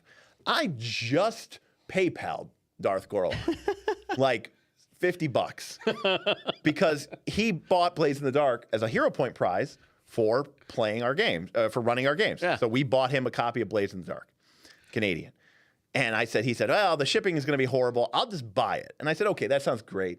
We won't be able to sign it, but I appreciate it. And I'll just PayPal you the money. And so we finally got around to that. I said, hey, you never sent me the receipt. And he said, oh, I'm sorry. So he did. I sent him the money. And then he just immediately Sends it back to you. He just immediately sent it right back to us. With change. So it's fine. Anyways, long story short, I think that the fervor of the community is fun. I think the community building aspects were a big win in season 1. And even though people kind of got a little like, oh, the cults are kind of annoying or whatever like that, you have to admit it gave it a lot of texture, and I really appreciated that. It did. Yeah. We liked that a lot. So hopefully factions will be a little bit less at each other's throats, at least initially. I think so. I mean, if they get there organically, hey, listen, that's okay. Will there be a review of player death and still getting XP? So this is specifically from Frosty. So I'm not exactly sure what this question. Well, I think he's meant. saying if you die, should you get experience? Correct. Because before when you die, If you TPK, you still get got experience. XP. Yes, I think is the answer. Yes is the answer. Also, I want to use this to talk a little bit about death is changing. So here's the thing, guys. This is a major investment. You guys are investing your time, months of play. A huge component of season 2, which again we don't have time to talk about today, is your stronghold, which is how you do a lot of other types of advancement within the campaign world. A lot of things that were gated behind clocks in season 1 are now personal progression paths in your personal stronghold. You are making a ton of investments in this, and that's not even including things like your time spent GMing that can also fuel your characters, or spending tickets on your characters, which we know has some financial. Yeah, I mean, that's real money. Yeah, it's real money. And also too, look, I think this is an important point between the two of us. Players, GMs, change. Even people like us who've been playing for 30 years. Yeah. I think in the last year, maybe because of some of the conversations that we've had with people like you, I think our view on death has changed a little bit as well. Yeah. There's only so many times that you can realize that, death is a fun option, but really what's interesting is the consequences. Yes. And what we learned from season 1 is that, yes, death is obviously like a fun, stick to beat on people. But what we really learned is what's more interesting is when those deaths cascade and trigger Bob to, now the boss has this ability. Right. Because you all died. And so it gained that power. Yep. Right. Like, they didn't, the party wiped. So they didn't kill that aspect of the beast, so that part of the final boss is stronger Yes. than the other parts of the boss because they never defeated it. Yep. Right. So I think that story and narrative consequences and world and situational more consequences interesting. just much more interesting. Yeah. That being said, death is still supposed to kind of stink and suck. Yeah, yeah. So this is what we're doing in season 2. There are no lives, and your character is not deleted if you die. Instead, what happens is your character is going to have a significant penalty, basically -3 to everything that they do, which can be healed specifically by spending campaign actions, meaning we're going to penalize you with time. Right. So basically, if you die, now, correct me if I'm wrong, if you adventure, it goes down by 1. Is that right? No, you have to spend time healing. You do have to spend time. I'll double check notes because actually you might be right. Yeah, I think if you go, We went back and forth. yeah, a I couple think. times. Long story short, your character's going to suck, and either you can suck You're it not up. going to want to adventure. You're not gonna. You could go on adventure and suck it up, and kind of hard mode it, or you could, just spend a few actions from the week. It's kind of a way to say like, look, you died, and it feels maybe I don't even know narratively appropriate that your character steps away. Now, Right. if you have a absolute adventure that you must run tomorrow, guess what? You can go play in that, but you're going to have these death penalties. So, and Smith's laptop just died, so Don't then we're worry, I gonna- got all the data. Good we're thing gonna- for your answer some of the questions. Yeah. right? So, long story short, death is going to be bad. It's going to cause narrative problems. It's going to cause clock tickings. It's going to cause all the issues that it caused before. Yes. It's going to cause GMs to gain extra experience points that they can use to fuck up their site. Like, it's still going to be very impactful to the campaign. Will you ever be and you know what? Honestly, I could even imagine a world where this isn't officially canon yet, where like there's like a death flag like mechanic or a dungeon. we'll death probably introduce that. Like yeah. if someone creates a death trap dungeon and Yeah. we're like, the death flag is raised here, your character can actually perma-die here. Yeah. But no one will permanently lose their character in season. So that being said, GMs, you bring it on your players. Right. So there's no excuse. Yeah. Now. Right. All right, Bob, what do we got? Been doing How this for many- high are characters going to be able to level in season 2? So the current level cap Is 20. is 20. Current. The current cap is 20. I'll just move on quickly from that one. Current cap is 20. And that's right, all Bob. we're going to say about That's all that we're for going now. to say. Are the overlords allowing alternative ancestry boosts? So, I think that's just core now. well, I want to talk to Derik about that, but I'm going to give my opinion first. Okay. First, I know it's always been optional. I think they clarified it in the recent errata for voluntary flaws. I'm good with voluntary flaws unless you object. I think it actually fixes some of the starting classes problems. Yeah, I don't care. Okay. Voluntary flaws. Voluntary but, flaws are right.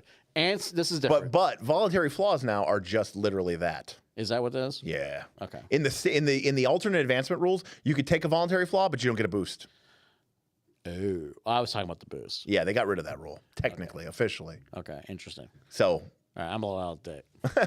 because it used to be that you got 2 boosts for being a human, right? Yeah. And then you could take 2 flaws, Right. and then get a 3rd boost. Right. Now you don't. You could just take a flaw because for role play. Okay, well that's dumb. I liked it because it let the war priest have an 18 strength. No, you still can't get it technically. Well, you can start with 16 strength. but No, if you because take- that comes from your discretionary boost. That free boost still comes in the final step. So no, even under that system, a war priest couldn't do it. Never mind. Then all these rules are stupid. Yeah, okay. So anyway, moving on to the ancestry thing. I vaguely remember the errata. Here's my take. I think ancestry should mean something. And the nice thing about Pathfinder 2 is that they do, because you do get a lot of feats to really flesh out your ancestry. So it's not literally like 5th edition. But I do think that, like, listen, elves are dexterous and dwarves are hardy, right? And this is something that I kind of grew up with. I like that stereotype to some degree. So I think ancestors should mean something. Now those are still in the game. Like you could still be a dwarf, and you get 3 boosts and a flaw. Like that's what you get for being a dwarf. And some of those So boosts. what's the ancestry change? So the answer is a dwarf can now just take 2 free boosts. And not take the flaw and the bonus. Correct. Oh, okay. I'm actually okay. So if you want to be a dwarf who's just plus wisdom plus int, Yeah. and that's it, and get everything else dwarvy, you can do that in the new rule, Okay. which I think is okay. I'm fine with that. Yeah, I'm fine with that. So there you go. All right. You should write that down, Bob, because I'm going to forget, and my laptop is gone. All right, Bob. Smith, okay with that. You guys are seeing the sausage being made here. Will there be GM incentives to run games similar to how it was at the end of season 1? We sort of touched base on this. Yeah, Tickets, and we will also still have gold and experience points. They will be a lot more controlled, as I mentioned before. They will go into an escrow that you can then spend on a character of your choice. Yeah, I mean, my general thought on that is because of the sidekicking rules and the mentoring rules, I'm not as obsessed with making sure that the GMs stay exactly leveled. Yeah, you won't be exactly level, but you won't be 0 either. You won't be 0 either, but also GMing anywhere on the Knights of Last Call community server is now going to award you hero points were great, but let's be clear. If you had the most in a month, you got a cool prize. If you had the most in a quarter, you got a cool prize. And if you were in the top 20 for the year, you got a nice little check in the mail for Drive-Thru RPG. But if you weren't one of those, they weren't really worth much. Yeah, you were just second. You know, which is fine. You're first, and you're people last. are doing it out of the loveliness of their heart, which is great. But now GMing is going to award you with tickets. Yep. And while that is still sort of a form of, phony currency, the fact of the matter is you don't have to be number 1 in order to get a prize with tickets. That's You right. could use them, just get 'em, yeah. in your Northern Reaches game. You could use them to get exclusive merch. You could use them to buy back issues of Battlecry magazine. You could use them to join, I have a game. I'm running a game, 6 slots. A lot of people want to join. Tickets are going to decide who gets to play in that game. So GMing is going to award you tickets. Being a high dollar patron is also going to award you tickets. So you kind of have 2 options of how you can get tickets. Bob. Well, what kind of special add-ons from season 1 will still be unlocked? You would sort of touch base with this about like some of the archetypes will already be there. Yeah, I think we covered it. I think we covered that. Everything. But you had mentioned in your notes here that some may still be available again later on as unlocked. So just stay tuned and you'll see how everything gets played out. yeah, like so the core Pathfinder unlocks are probably going to remain unlocked. Yes. You guys unlocked obviously really cool things like the gladiator stuff. Yes. Like that stuff we might bring back in a different form or whatever. Yeah. Bob. Do the champions of Northport get any kind of bonus? I vaguely remember you saying something about that, but I'm not sure. Now, I don't know if they mean the champions meaning the guys that... They mean the people who defeated Triumph. Yeah, okay. The 9 Yes. champions. Okay, the fancy Well, first of all, fancy. you guys got a fucking awesome tie for a few months, and you got like put atop the mods on the sort list. So I don't know what more you want. That being said, I'm gonna talk to the guys about this for a little bit. We're still sorting out the exact things like starting level and whatnot. I do want to give our season 1 players a little bit of a boost as a thank you for playing. I do want to recognize our champions a little bit. So we might look at that and go, hey, do we throw these guys a level, maybe a bonus feat, something like that? Yeah, I was thinking either like they start with an extra class feat or they start maybe even 1 level higher. So you're going to get something that's nice. It's not going to be game breaking because listen, big thing about Northern Reaches is clean slate. Right, clean slate, everything's fair. Right. Like nepotism is not just it's not like just constantly inherent. I did well, so I'm going to do well, so I'm going to do well. No, everyone who reaches the top should get there because they earned it. Yep. Right. All right, Bob. What uncommon rare options have been unlocked? Versatile heritage archetype stuff that I know that the option from an AP is automatically at least uncommon, even if it's something mundane like the lumberjack archetype. So maybe looking into some of this, you get some more interesting stuff. And you sort of covered this. We already. covered a lot of this. Yep. I don't remember all the unlocks. I think Derik unhid the channel. So if you guys want, you can check the channel on the Discord. Let me Are just we say this. still doing common? Let me just though? say this. Blanket statement. Yeah. Common only. Common Okay. only. Besides the stuff that is specifically unlocked. But there are specific unlocks from Right. season 1 that will But persist. I do not want uncommon or rare things in the game unless it's something that the players achieved. That Right. being said, I think in season 2, you'll find it's probably easier to unlock uncommon things. Correct. Yeah. What do you guys, and then this, I'm going to sort of breeze through this question here. ABP, PLW. No. Okay. We thought about it, and we went decided back and forth on it. I'll be honest with you. We talked about it for months, We, but no. we did talk about it for a long time, Yeah. and what we ended up doing was the side kicking and the mentoring rather than proficiency without level. This, you also sort of talked about leveling up your dungeon and being able to add higher level encounters. Would this impact GMs that aren't interested in mega dungeons? I'm more interested in small, bite-sized adventures than running one big thing. Again, as I mentioned before, we really want people to focus on sites, but it doesn't have to be a mega dungeon. It could be a neighborhood. It could be a large expanse of wilderness. It has to be some sort of location that we want you to advance in.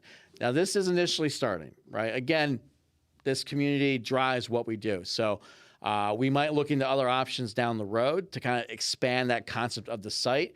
But that's going to be the main focus with this stuff because, again, not only does this really reward players for mastery over the area, which they can't get in a site, they can't get in a one and done adventure.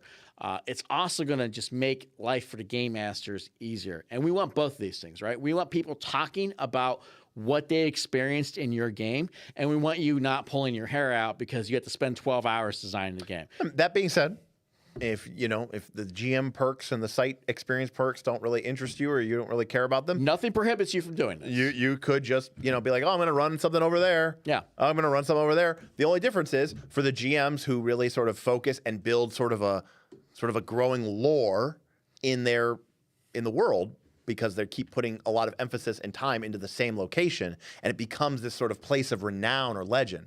Just think about it this way. Tonight, in chat and with us, you've heard us say things like the deep halls, like time and time again. That's because that place had that place in the imagination and the hearts and minds of a community of people, because it went back to it time and time again, because it became part of our mythos, become part of our legend. Now, yes, individually, those sessions that you played may have been extremely fun, very fun, better than any game I've ever run, but they didn't impact the zeitgeist the way that something like the Deep Halls did, or something like Bob's Triune Dungeons did. Right. And the Triune thing was meta arc. Yeah. We want to generate more stories, Yes. so we're going to definitely encourage that type of game. How many got left, Bob? Not just 3, but All right. it should be pretty quick. Will there be any type of meta currency, sort of like how the Desolation Resources or Coliseum Metals? Yes. Yes. Yes. Yes. If you like the Desolation, you're going to like Season 2. I think a lot of people Let's call love spade a Desolation. spade. People fucking loved the Desolation meta They currency. love the Desolation. Yeah. Which, again, if you were, I guess, even a knight at that point, but this kind of stuff, sometimes Smith just writes up, and you get that perk for being like a member of the Patreon. And it's like that, you could just take that and do your own thing Well, with people took the Desolation book, which was like a 40-page book, by the way. Just a simple just thing for you like, wrote. I'm going to put this in my campaign. Yeah. Wait, to be clear, that wasn't even really technically like a PDF exclusive. No. That was just a document for our Northern Reaches game. But Right. then people used it and took it into their own game. Yeah. You've heard me mention a few times now, Strongholds. We don't have time to talk about tonight. Resources factor very heavily into that. Right. Yep. So every area is going to have. And when tables you like think Desolation. Stronghold, think base building, think player housing, think stables. That's right. Think house, genealogy, family trees, personal armies. Think all that stuff. Yes. A lot of the mechanics from old school games, but also sort of newer school MMOs about sort of pimping your ride. Your first stronghold will probably be an inn room or maybe a small cave, and your later strongholds might be, the Silver Tower itself. You own it. Congratulations. There you go. Would there be more options to allow GMs to play in more games? It proved hard to find level-appropriate games for us towards the end of Season 1. Sidekicking and mentoring. Yes. Yes. But also, we are getting rid of zone locks. Yep. Right. That's the other thing. Zone locks are gone. Because how important the site is, that is where you're going to bake in your lore. You'll still have zone channels where you can coordinate with other GMs, but keep in mind, those GMs may now be players in your site. So the whole locked out zone thing, that's gone. Play wherever you want. Just not in your own site. And the last question, which is not really a big one, are evil alignments allowed? No. And that is I could elaborate on that, but we don't got time. So Smith said no. I'm going to say no as well, because I think it's going to promote bad behavior. Because I'll end with this. That's exactly why I don't want it. It's going to promote, but I will end with this. We do have people that like to troll. Okay, I thought about this for Season 2. I really did. We saw the cult. We saw the cult of Asmodeus. We saw the cult of Flamegut. We saw the sort of competition between the cults. I like games like Battlestar Galactica, Shadows over Camelot, right? All of them. Yeah. Games with like sort of a treason player. Yeah. Part of me liked the idea of having poison pill PCs that were working against the good of Northport. But this is the internet. These are strangers. That's right. And we have to make the smart decision, That's not right. always the best. So I could only imagine Yeah, that. just you know what? two months And you know, in, I'm and gonna hear to about be it. clear, given the quality of the people that we've seen, I am fairly certain if we ever get it, would be with this group. Yes, And it would be Pumpkin. like it would probably go over fine because of how good these people are. But we always get a lot of new people who join the games because of how popular Northern Reaches is, And there's some people who, quite frankly, I think would not take it very well. I agree. And rather than deal with the possible fallout from people who are ultimately signing up to this community to be part of something fun, we would just as soon avoid it. The larger thing here is we have probably really one major rule on the Discord and the channel in general. Don't be a dick. Don't be a dick. Yeah. And that's the biggest reason, right? Like, your players are giving up their time to play these games. We just talked about how like Frosty would wake up at 3 a.m. to join a game, right? Your game masters are preparing, they're running these games. The last thing we want is to even encourage someone to be an asshole. And just to be clear, we haven't had to do this in the past, I think with one exception.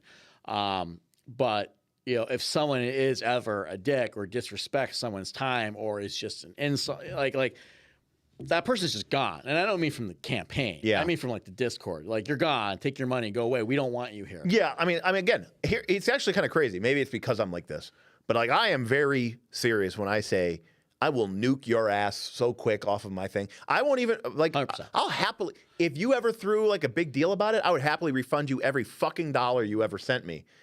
Yeah, rather than deal with anybody's bullshit. that's right. And so, despite having that attitude, I have only had to ban 2 people. That's right. In the entirety of our entire channel. Yeah. So, but I'd rather not. But we're not going to encourage it either. Yeah, we're not going to encourage it either. And you know, listen, I think the dynamics of evil characters are very interesting. Like I said, Yeah, I they actually thought about it, but ultimately, I think it would be bad. I think it's the right call. I did Now, see that being said, one year we would love to run an NR L5R type game, which is well, I'd love to run an NR Blades in the Dark. Yeah. Where you actually join a gang, right? So you're not just playing party with anybody. Darth's about to like freak out if you keep talking about it like that. like where we have different crews Yeah. working the city. Yeah. And that's your party.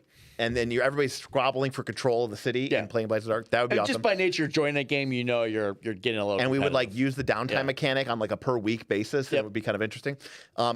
And the second would be a Northern Reaches style Legend of the Five Rings. Yeah. Where you're part of a clan. Yeah. And it's clan war. Yeah. And it's lions and cranes and scorpions and everybody's battling for control of the throne. The emperor's dead. And at the end of the season, one clan becomes the new ruling emperor. clan. Oh, Yeah. that'd be very awesome. Yeah. We did have a question, which I don't know the answer to, which is I just want to answer this. Will Strongholds be linked to the PC or to the player? The player. Okay. So they're going to be a major investment. If you happen to have more than one character, which remember is not the default anymore, your new character will benefit from all of the things that you've invested in your Stronghold. How or why that makes sense, that's up to you. Consider it a narrative challenge. Right. I don't see any other questions. No, I tried to answer as many as I could that popped up as we were going. But that is season 2. It's like you said, I think a couple weeks for onboarding for season 1 people. Yeah. And then after that, at least a month after that would be people after that.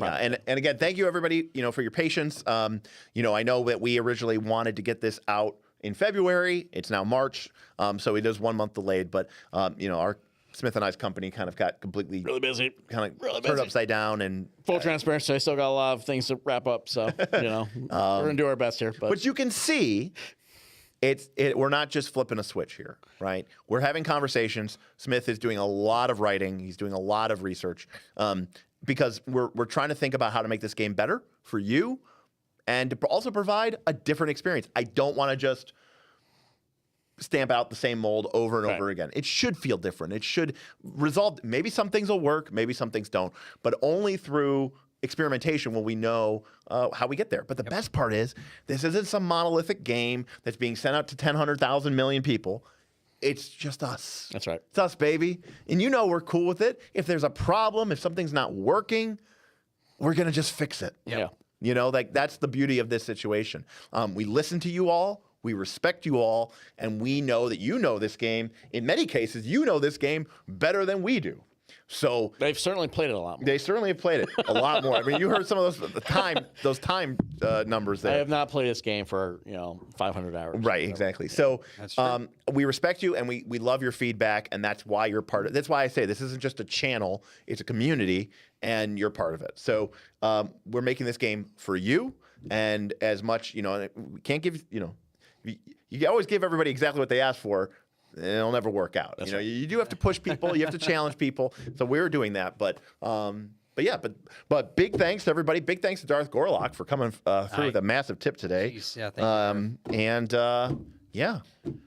I mean, we had also thanks for sticking with us. We had a couple technical challenges there for the most part, but I think for the most part, it's pretty good. She held up. She did nothing. The walls are still standing. Yeah, nothing fell apart while we were streaming, so that's also really good. So it is almost 11 o'clock, so we are going to wrap up here. But thank you everybody for joining us. And again, what you're seeing here, which behind Bob and behind Smith, behind me, we are going to get. There's there's torches that have to be added. There's lighting that's going to be added. We've got a new $350 light sitting just over there that's going to be mounted here. We're going to have the office lights off, so you're going to get a little bit more moody. You're going to get a little bit more contrast, and we're going to use those so that we can have really fun and interesting role-playing games here. We're going to use those so that we can have really fun and interesting shows and talk shows and chats here, and we're going to continue to integrate on the technical side so that we can have that same level of interaction with you that I have when I'm back at home in my office. Yeah, we don't want to lose the interaction, but we want to make sure that we're in person because it just brings a better feel to playing the game. Oh yeah,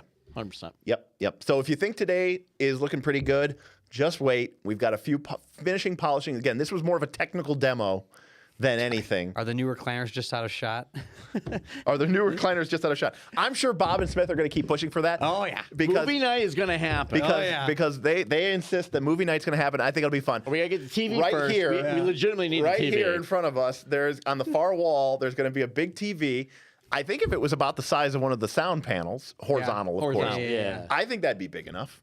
Maybe. I'd go bigger. I got bad eyes. I think we go I'll bigger. go bigger. Do you go bigger? What is that? 65 inch? I'm just saying we're all the way back here. Listen, I'm we got to reclining. read chat. That's like... I'm drinking. George says some night Derek's just going to show up here and there's just all the stuff's going to already be here. Like that's something you'd pull. Derik has told me I'm not allowed just to go out and buy stuff. So I try to respect his wishes. Though it's really hard sometimes. But just to touch base still on the topic at hand. If anyone has any specific season 1 data questions that I did log and that weren't brought up tonight, just ping me in the Northern Reach chat in our Patreon, and I'll be happy to try to find if I can get that data for you. And on a similar note, if anyone has any specific Northern Reaches season 2 questions, get fucked. And also too, let us know, what again, we're going to be refining this process as we go forward. This is a new setup for us, and we love being in person with each other. I think I can speak for all of us when I say it's great to be here. It's awesome. I had a lot of fun tonight. The energy is a lot different. It's a lot more fun. It's really fun. And this is just us bullshitting. Right. Yeah. Imagine if we were playing. Right. I think it would feel totally different. And even seeing that wide shot now, we talked about the table is designed for the audio, or not the audio, the video. It's designed for the channel, for the live stream. It does make it a little impractical to play the normal way. But what we talked about doing is actually isn't terrible. Building a big lazy Susan. I'm talking about one that's like 3 foot diameter. Oh, that's the way to do it. And we could build like Dwarven Forge or tactiles on there. And we wouldn't have these when we're playing APs. This is more like podcast right. setup. And so we want to use the studio to play, but we also want to use the studio to have fun discussions. And I think, again, I'm very proud of it. I put a lot of work in it. Bob, you put a lot of work in it. Smith, you've even managed to. I put a little work. You put a little work in it. I showed up for a day. Smith did all the writing. Bob and I did the brute labor. You did the technical stuff. Everyone's got to play to their strengths. Yeah, play to their strength. We got a small person party. I picked the lore skills. But again, we did this not because we're some huge channel. We're not even 10,000 subs. We're not even at 8,000. We did this because we care. Not yet, but like and subscribe. Yeah, like and subscribe. Nice, Bob. Yeah, like and subscribe. And if you're interested in all this nonsense, check us out, patreon.com/Knights of Last Call. Thank you to everybody who supported and tipped Real us quick, tonight. there's one comment. There's like 24-hour live stream. When's that going to happen? So we're actually talking about that. Talked about that. We're talking about Yeah, that. we've talked about that. I'm a huge fan of Extra Life. So Yeah. I think a charity stream for 24 hours would be amazing. Yeah. Yeah. If we do a 24-hour stream, it's going to be for charity. So, and I think given this community, I think we could put a nice donation in. Yeah. So looking forward to that. So I am going to sign us out. Yeah, So call it there. all right, everybody. Thank you so much. We're going to be back Thursday. We're going to be back at the office, and archetypes are wrapped up. I'm leaving for Vegas on Friday, so Thursday is going to be sort of a culmination. I'm going to put together the archetype final ranking sheet, so we'll spend some time sort of looking at the statistics and the distributions of archetype, see if there's anything that really needs to be addressed. And then, because of an outrageous series of very drunken tips from great role-playing Debbie, a.k.a. Phoenix, we are going to be designing live a Zebra Wrangler archetype while we're on the stream. We're going to be doing some whiteboarding. We're going to be talking about what we want out of archetypes. We're going to be using what we have learned over the last, we did the math today, 45 hours of archetype streams in order to make ourselves a real, true, bona fide Pathfinder 2 archetype. So make sure to join us on Thursday, 7 p.m. Eastern. And then, of course, next week, I'm going to be early in the week in Vegas. So we're going to get a couple days off there. So you might not see us for a while after that. So if you miss us, you may either want to join the Patreon or make sure you catch us on Thursday. So any final thoughts, Bob? No, I'm really excited for season 2 of Northern Reaches. I'm really excited to play in the studio as we get forward coming up here, and I'm just overall excited. Get with that. Same feel, same way. Excited for all these things. So let's fucking go. All right. Well, that's going to do it for us. So on behalf of the Knights of the Last Call, do we have a name for this place? What, the Keep? Oh, what the name of the studio is? Yeah. I thought it was Apogee Studios. No. Apogee Photography. Fuck's sake, Bob. Dang, Bob. All right. Well, we don't have a name yet. If you're a patron, go into KOLC content chat. What should we call the studio? What should we call this? Like the Keep, the Castle, the Fort? I don't know. I think any of those. You're going to get something like the anime Leshy Den. Let us know. But on behalf of Bob and Aaron and myself from the studio, saying thanks for joining us. And we'll see you next time on Knights of Last Call. Peace. Peace.